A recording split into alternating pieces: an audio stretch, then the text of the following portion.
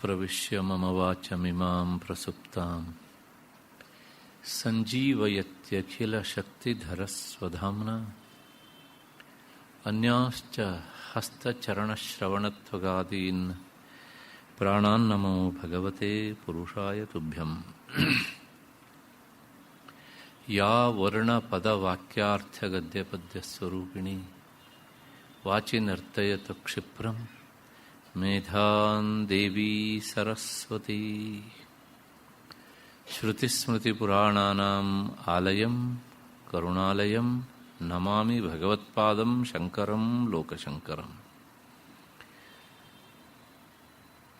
ದೃಶಾದ್ರಾಘೀಯಸ್ಯ ದರದಲಿತನೀಲೋತ್ಪಲರುಚ ದವೀಯಾಂಸಂ ದೀನಂ ಸ್ನಪಯ ಕೃಪಯಾ ಮಾಮಪಿ ಶಿವೆ. ಅನೇನಾಯಂ ಧನ್ಯೋ ಭವತಿ ನಚತೆ ಹಾನಿರ್ಯತಃ ವನೇವ ಹರ್ಮೇವ ಸಮಕರ ನಿಪಾತೋ ಹಿಮಕರಃ.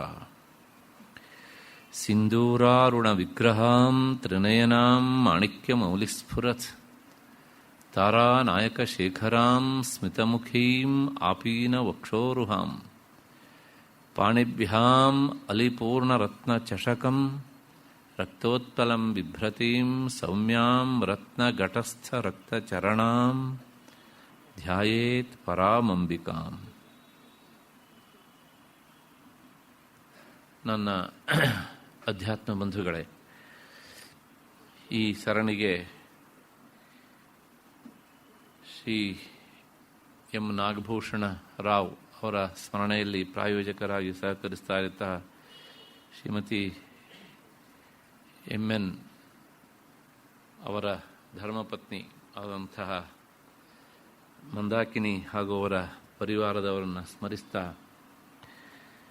ತಮ್ಮೆಲ್ಲರನ್ನು ಸಂಬೋಧಿಸ್ತಾ ನನ್ನ ಮತ್ತು ನಿಮ್ಮೆಲ್ಲರ ಹೃನ್ಮಂದಿರವನ್ನು ಬೆಳಗ್ತಾ ಇರುವಂತಹ ಅಖಂಡ ಚೈತನ್ಯ ಸ್ವರೂಪಿಣಿಯಾದ ಶ್ರೀಮಾತಾ ಎನ್ನುವಂತಹ ಜಗನ್ಮಾತೆಗೆ ಅನಂತ ಪ್ರಣಾಮಗಳನ್ನು ಸಲ್ಲಿಸಿ ಈ ದಿನದ ಚಿಂತನೆಗೆ ಮುಂದಾಗ್ತಾ ಇದ್ದೇನೆ. ಹಿಂದಿನ ಸರಣಿಯಲ್ಲಿ ಸೇರಿದಾಗ ನಾವು ಕೊನೆಯ ನಾಮಗಳಾಗಿ ಅದೃಶ್ಯ ಮತ್ತು ದೃಶ್ಯರಹಿತ ಎನ್ನುವಂಥ ನಾಮಗಳನ್ನು ಚಿಂತನೆ ಮಾಡಿದ್ವಿ. ಸ್ವಲ್ಪ ವೇದಾಂತದ ಹಿನ್ನೆಲೆಯ ನಾಮಗಳು ಅವು. ಮೇಲ್ನೋಟಕ್ಕೆ ಏನು ಅನಿಸುತ್ತೆ ಅಂದರೆ ಅದೃಶ್ಯ ಅಂದರೆ ಗೋಚರಿಸದೇ ಇರುವವಳು, ದೃಶ್ಯರಹಿತ ಕಾಣಿಸದೇ ಇರುವವಳು ಅಂತ ಆಯಿತು. ಏನಿದು ಒಂದೇ ಅರ್ಥವನ್ನು ಕೊಡೋ ಎರಡು ಶಬ್ದಗಳು ಬಂದುವಲ್ಲ ಅಂತ ಕೇಳುಗರಿಗೆ ಸಹಜವಾಗಿ ಅನ್ನಿಸ್ತದೆ. ಅಳಿಯ ಅಂದರೂ ಒಂದೇ, ಮಗಳ ಗಂಡ ಅಂದರೂ ಒಂದೇ. ಯಾಕೆ ಹೀಗೆ ಅಂತಂದರೆ ನಾನು ಅದಕ್ಕೆಲ್ಲ ಸಾಕಷ್ಟು ವಿವರಣೆಯನ್ನು ಕೊಟ್ಟಿದ್ದೆ. ಅದೃಶ್ಯ ಅನ್ನೋದಕ್ಕೆ ಅರ್ಥ ಅವಳು ಗೋಚರಿಸದೇ ಇರುವವಳು ಅಂತ. ಯಾಕೆ ಕೇಳಿದರೆ, ಯಾವುದು ನಮ್ಮ ಕಣ್ಣಿಗೆ ಕಾಣಬೇಕು ಅದಕ್ಕೆ ಆಕಾರ ಇರಬೇಕು. ನಿರಾಕಾರವಾದದ್ದು ಕಣ್ಣಿಗೆ ಕಾಣಿಸೋದಿಲ್ಲ. ಜಗನ್ಮಾತೆಯ ಮೂಲಸ್ವರೂಪ ನಿರಾಕಾರವಾದ್ರಿಂದ ಅವಳು ಅದೃಶ್ಯ ಅಂತ ಅರ್ಥ. ಅದಾದ್ಮೇಲೆ ಹಾಗಿದ್ರೆ ಮುಂದಿನ ನಾಮಕ್ಕೆ ದೃಶ್ಯರಹಿತ. ದೃಶ್ಯ ಎನ್ನುವಂತಹದ್ದು ಇಲ್ಲ ಅಂದರೆ ವಾಸ್ತವಿಕವಾಗಿ ಅವಳಲ್ಲಿ ಏನಿಲ್ಲ, ದೃಶ್ಯ ಇಲ್ಲವೇ ಇಲ್ಲ.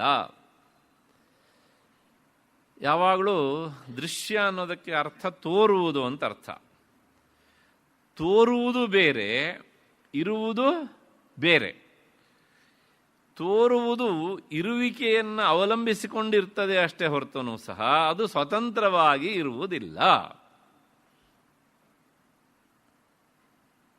ತೋರುವಿಕೆಗೆ ಯಾವುದು ಆಧಾರ? ಇರುವಿಕೆಯ ಆಧಾರ. ಪ್ರಪಂಚದಲ್ಲಿ ಏನಾಗುತ್ತೆ ಅಂದರೆ ನಮಗೆ ಬಹಳಷ್ಟು ವಸ್ತುಗಳು ಇರುವುದು ತೋರುವುದು ಒಟ್ಟೊಟ್ಟಿಗೆ ಇರ್ತವೆ. ಹಾಗಾಗಿ ನಾವು ಏನು ಮಾಡ್ತೇವೆ ಅಂದರೆ ತೋರುವುದನ್ನು ಇರುವುದರ ಗುಂಪಿಗೆ ಸೇರಿಸಿಬಿಡ್ತೇವೆ. ಅದಕ್ಕೋಸ್ಕರ ನಮಗೆ ಕೆಲವು ಸಲ ಗೊಂದಲ, ಯಾವುದು ಇರೋದು ಯಾವುದು ಇಲ್ಲದೆ ಇರೋದು ಅಂತ. ಆದರೆ ವೇದಾಂತ ಇದೆಲ್ಲವನ್ನೂ ಸಹ ಬಹಳ ಸ್ಪಷ್ಟವಾಗಿ ನಿಚ್ಚಳವಾಗಿ ನಮಗೆ ತಿಳಿಸಿಕೊಡುತ್ತದೆ. ಇರುವುದು ಬೇರೆ, ತೋರುವುದು ಬೇರೆ ಅಂತ. ಈಗ ನಿಮಗೊಂದೆರಡು ಉದಾಹರಣೆ ಕೊಡ್ತೇನೆ ನೋಡಿ. ನಾ ಇರುವುದನ್ನು ಹೇಳಿದ್ದೆ ಕೊನೆಯಲ್ಲಿ, ತತ್ವ ಅಂತ ಕರೀತಾರೆ, ತೋರುವುದನ್ನು ಪ್ರತೀತಿ ಅಂತ ಕರೀತಾರೆ ಅಂತ. ಪ್ರತೀತಿ ಅಂದ್ರೂ ಒಂದೇ, ತೋರುವಿಕೆ ಅಂದ್ರೂ ಒಂದೇ, ಅದಕ್ಕೆ ನಿಜವಾದಂಥ ಅಸ್ತಿತ್ವ ಎನ್ನುವಂಥದ್ದು ಇಲ್ಲ ಅಂತ. ಆದರೂ ತೋರ್ತದೆ ಅಲ್ರಿ, ಇಲ್ಲದೆ ಇದ್ನಲ್ಲ, ಅದು ಹೇಗೆ ತೋರ್ತದೆ? ಅದು ನಿಜವಾಗಿ ಇಲ್ಲದೆ ಇದ್ದದ್ರಿಂದಲೇ ತೋರ್ತದೆ. ಎಷ್ಟು ಸಲ ಹೇಳಿದ್ರು ಅಷ್ಟೇ ವ್ಯಾಖ್ಯಾನ, ನಿಜವಾಗಿ ಇಲ್ಲದೆ ಇದ್ದದ್ರಿಂದಲೇ ಅದು ತೋರ್ತದೆ ಅಂತ. ಕಳ್ಳೆಕಾಯಿ ಪರಸೆ ಜಾತ್ರೆ ನಡೀತಾ ಇತ್ತು. ನೀವು ನಿಮ್ಮನೆ ಮಗುವನ್ನು ಕರ್ಕೊಂಡು ಬಂದ್ರಿ. ಅಲ್ಲೊಬ್ಬ ಇಟ್ಕೊಂಡಿದ್ದ ಒಂದು ಆನೆ, ಮರದಲ್ಲಿ ಮಾಡಿದ್ದು. ಮನೆಗೆ ಹೋದ್ಮೇಲೆ ಆ ಮಗು ಹೇಳುತ್ತೆ, ನಮ್ಮ ಅಮ್ಮ ನಂಗೆ ಆನೆ ತೆಗೆಸ್ಕೊಟ್ರು ಅಂತ ಖುಷಿ ಪಡುತ್ತೆ. ಬಂದವರಿಗೆಲ್ಲರಿಗೂ ಆ ಬೊಂಬೆಯನ್ನು ತೋರಿಸತ್ತೆ. ನೀವು ಸಂತೋಷ ಪಡ್ತೀರಿ. ನನ್ನ ಪ್ರಶ್ನೆ ಅದಲ್ಲ ಇವಾಗ. ನೀವು ನಿಜವಾಗಿಯೂ ಆ ಮಗುವಿಗೆ ತೆಗೆಸ್ಕೊಟ್ಟಿದ್ದು ಆನೆಯೋ ಅಥವಾ ಮರದ ತುಂಡ?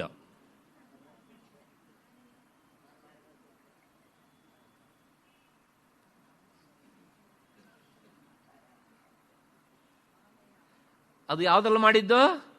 ಮರದ ತುಂಡಲ್ಲಿ. ಅಲ್ಲಿ ಆನೆಯನ್ನ ಕೆತ್ತಿದ್ದಾರೆ, ಆನೆ ಕಾಣಿಸ್ತಾ ಉಂಟು, ಹೌದು ತಾನೆ? ಹಾಗಿದ್ರೆ ಅದು ಆನೆ ಎನ್ನುವುದು ಸತ್ಯವೋ, ಮರದ ತುಂಡು ಎನ್ನುವುದು ಸತ್ಯವೋ? ಮರದ ತುಂಡೇ ಸತ್ಯ. ಹಾಗಿದ್ರೆ ಮತ್ತೆ ಆನೆ ಎಂದು ಕರೆದಿದ್ದ್ಯಾಕೆ? ಕಣ್ಣಿಗೆ ಕಂಡುತ್ತಲ್ಲ. ಆ ಆನೆ ಎನ್ನುವ ಚಿತ್ರ ಕಣ್ಣಿಗೆ ಕಂಡಾಗ ಮರ ಎನ್ನುವುದು ಮರೆತು ಹೋಗೋಷ್ಟರ ಮಟ್ಟಿಗೆ ನಮ್ಮ ಕಣ್ಣಿಗೆ ಗೋಚರಿಸಿತು ಅಲ್ವಾ? ಮಗು ಅದು ಖಂಡಿತ ಆನೆ ಅಂತಾನೆ ಅಂದ್ಕೊಳ್ಳುತ್ತೆ. ಅದು ದೊಡ್ಡವರಾದ ನಾವು ಹಾಗೆ ಅಂದ್ಕೊಂಡ್ರೆ ನಮಗೂ ಆ ಮಗುವಿಗೆ ಏನ್ರಿ ವ್ಯತ್ಯಾಸ? ಹಾಗಿದ್ರೆ ವಿಚಾರಕ್ಕೆ ಬರೋಣ. ಇಲ್ಲಿ ಇರುವುದು ಯಾವುದು? ಮರ. ತೋರುವುದು ಯಾವುದು? ಆನೆ ಅಲ್ವಾ? ಆಯ್ತು, ಇದೇನ್ರಿ ನಾವು ಎಷ್ಟು ಪ್ರಬುದ್ಧರು, ನಮ್ಮಂಥವ್ರಿಗೆ ಉದಾಹರಣೆ ಕೊಡಬೇಕಿದೆ, ಮಕ್ಕಳ ಆಟಿಗೆ ಉದಾಹರಣೆ ಕೊಡೋದಾ ಅಂತ ಅನಿಸ್ಬೋದು. ಸ್ವಲ್ಪ ತಾಯಂದಿರ ಕಡೆಗೆ ಹೋಗೋಣ, ಆವಾಗ ಸ್ಪಷ್ಟ ಆಗತ್ತೆ. ಗೋಲ್ಡ್ ಸ್ಮಿತ್ ಅಂಗಡಿಗೆ ಹೋಗಿ ಒಂದು ಓಲೆ ತಗೊಂಡು ಬರ್ತೇವೆ ಜೊತೆನ.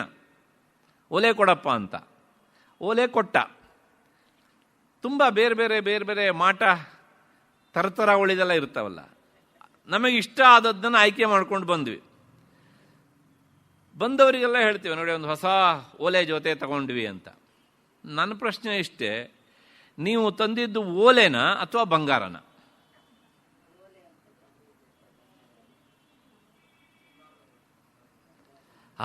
S, very good. ಎಲ್ಲೆಲ್ಲಿ ನಾವು ಬಂಗಾರದ ಓಲೆ, ಮರದ ಆನೆ ಅಂತೆಲ್ಲ ಹೇಳ್ತೇವೋ, ಮೊದಲನೇದು ಸತ್ಯ, ಅನಂತರದ್ದು ಸುಳ್ಳು. ನನಗೆ ಬೇಕಾದ ಉತ್ತರ ಅದೇ ಆಗಿತ್ತು. ಹಾಗೇನೆ ಇರುವುದರಲ್ಲಿ ತೋರ್ತದೆ, ತೋರುವಿಕೆಗೆ ಇರುವುದು ಆಧಾರ. ಅದಕ್ಕೋಸ್ಕರ ಜಗನ್ಮಾತೆ ದೃಶ್ಯರಹಿತ ಅಂದ್ರೆ ಅವಳು ವಾಸ್ತವಿಕವಾಗಿ ಮರದ ತುಂಡಲ್ಲಿ ನಿಜವಾಗಿ ವಿಚಾರ ಮಾಡಿ ಆನೆ ಎನ್ನುವಂತಹದ್ದು ಇಲ್ಲ, ಬಂಗಾರದಲ್ಲಿ ಓಲೆ ಎನ್ನುವಂತಹದ್ದು ಇಲ್ಲ. ಹಾಗಿದ್ರೆ ಅದು ತೋರ್ತದೆ. ನಿಮ್ಮ ದೃಷ್ಟಿಯಲ್ಲಿ ಓಲೆ, ಸ್ವನಗಾರ ಗೋಲ್ಡ್ ಸ್ಮಿತ್ ಅಂತ ಕೇಳಿ, ಅದು ಓಲೆ ಅಂತ ಲೆಕ್ಕ ಹಾಕೋದಿಲ್ಲ. ಏನಂತಾನೆ ಅವನು? ಚಿನ್ನ ಅಂತಾನೆ ಲೆಕ್ಕ ಹಾಕೋದು ಅವನು. ಅವನು ಕಾರ್ಪೆಂಟರ್ ಕೇಳಿ ಇದು ಆನೆಯ ಮರತುಂಡು, ಅಯ್ಯ ಮರತುಂಡು ಅಂತಾನೆ ಹೇಳ್ತಾನೆ ಅವನು ಅಲ್ವಾ?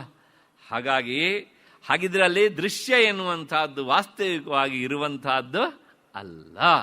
ಹಾಗಿದ್ರೆ ಯಾವುದಿರುತ್ತದೆ ಕೇಳಿದ್ರೆ ತತ್ವ ಎನ್ನುವುದು ಇರ್ತದೆ, ಪ್ರತೀತಿ ಎನ್ನುವಂತಹದ್ದು ಅದು ಹಾರಿ ಹೋಗ್ತದೆ.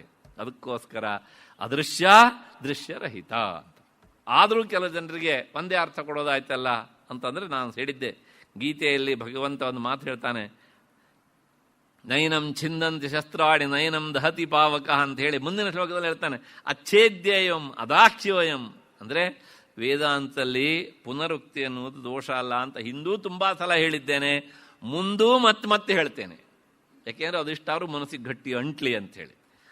ಅದಕ್ಕೋಸ್ಕರ ಹಾಗಿದ್ರೆ ಯಾಕೆ ಪುನರುಕ್ತಿ ಅಲ್ಲ ಅಂತಂದ್ರೆ, ಏನಕೇನ ಪ್ರಕಾರೇಣ ಸಂಸಾರಿಗಳಾದ ನಮಗೆ, ಲೌಕಿಕ ವಿಷಯಲ್ಲೇ ಓಲಾಡ್ತಾ ವೇದಾಂತವನ್ನು ಮರೆಯುವ ನಮಗೆ ಅಷ್ಟರ ಮಟ್ಟಿಗಾದರೂ ತಲೆಯು ಹೋಗಲಿ ಅಂಥೇಳಿ ಹೇಳಿದ್ದನ್ನೇ ಮತ್ತೆ ಹೇಳ್ತಾರೆ. ಈಗ ಅಷ್ಟು ಹಿನ್ನೆಲೆಯಲ್ಲಿ ಅವಳು ಅದೃಶ್ಯ ಮತ್ತು ದೃಶ್ಯ ರಹಿತ ಎನ್ನುವಂತಹ ಎರಡು ನಾಮದ ಒಂದು ಸಂಗತಿ ಲಿಂಕ್ ಅನ್ನ ಕೊಟ್ಟಿದ್ದೇನೆ. ಹಾಗಿದ್ರೆ ಮುಂದಿನ ನಾಮ ಹೇಳುತ್ತೆ, ಅವಳು ಅದೃಶ್ಯ, ಕಣ್ಣಿಗೆ ಕಾಣಿಸೋದಿಲ್ಲ, ಮತ್ತೆ ದೃಶ್ಯರಹಿತ, ಅವಳಿಗೆ ದೃಶ್ಯ ಇಲ್ಲ, ಅಂದರೆ ಅವಳು ಇರುವ ಸ್ವರೂಪದವಳು.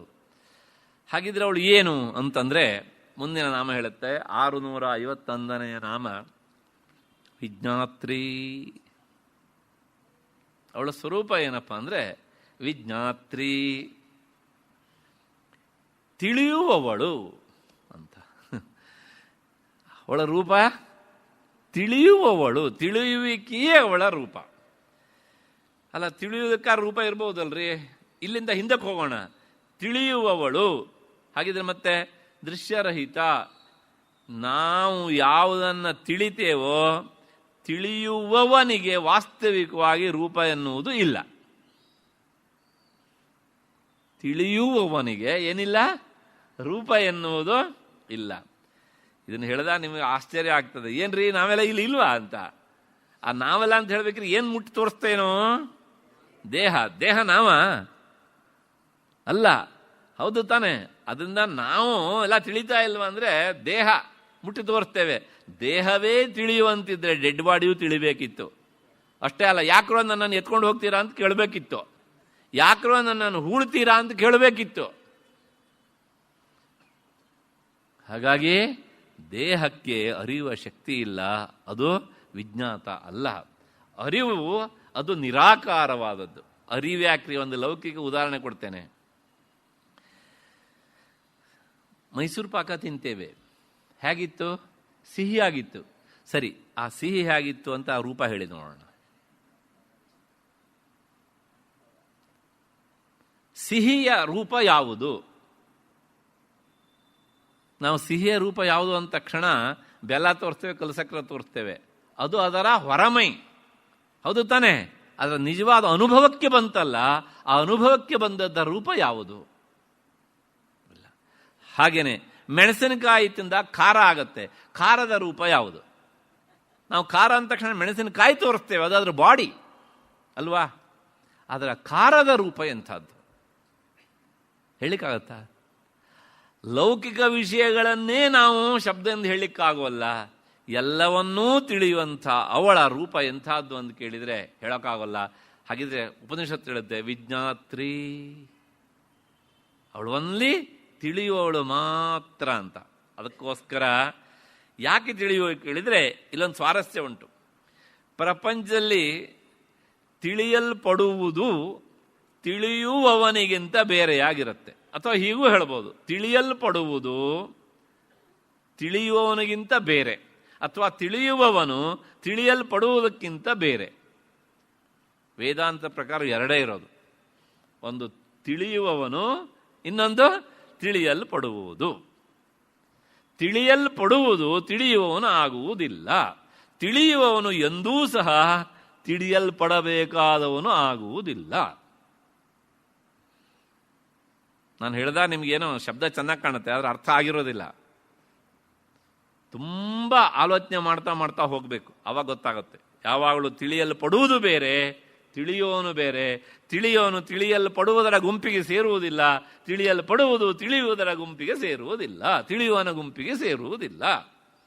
ಉದಾಹರಣೆ ನೋಡಿ, ಇದೊಂದು ಪುಸ್ತಕ, ಇದನ್ನು ನಾನು ಅರಿತಾ ಇದ್ದೇನೆ. ನಾನು ಅರಿತಾ ಇದ್ದೇನೆ ಅಂದರೆ ಗಣೇಶ್ ಭಟ್ ಹೋಬಳಿ ಈ ಶರೀರ ಅಲ್ಲ, ಅರಿವು ಅಂತ ಅಷ್ಟೇನೆ ಇಟ್ಕೊಳ್ಳಿ. ಈಗ ಅರಿವು ಇದನ್ನು ತಿಳಿಯುತ್ತದೆ ಅಲ್ವಾ? ಈ ಅರಿವಿನಿಂದ ತಿಳಿಯಲ್ಪಡುವ ಪುಸ್ತಕ ಅರಿವಿಗಿಂತ ಬೇರೆ ಹೌದಾ ಅಲ್ವಾ? ಹಾಗೆ ಅಂತ ತಿಳಿಯಲ್ಪಡುವುದು ಇದು ನನ್ನನ್ನು ತಿಳಿತದೆಯಾ? ಇಲ್ಲ. ತಿಳಿಯಲ್ಪಡುವುದು ಎಂದೂ ಸಹ ತಿಳಿಯುವುದಿಲ್ಲ, ತಿಳಿಯುವವನು ತಿಳಿಯಲ್ಪಡುವುದರ ಗುಂಪಿಗೆ ಸೇರುವುದಿಲ್ಲ. ಹಾಗಾಗಿ ಜಗನ್ಮಾತೆ ವಿಜ್ಞಾತ್ರಿ, ತಿಳಿಯುವವಳೆ ಹೊರತನು ಸಹ ತಿಳಿಯಲ್ಪಡುವವಳು ಅಥವಾ ತಿಳಿಯಲ್ಪಡುವುದು ಆಗುವುದಿಲ್ಲ.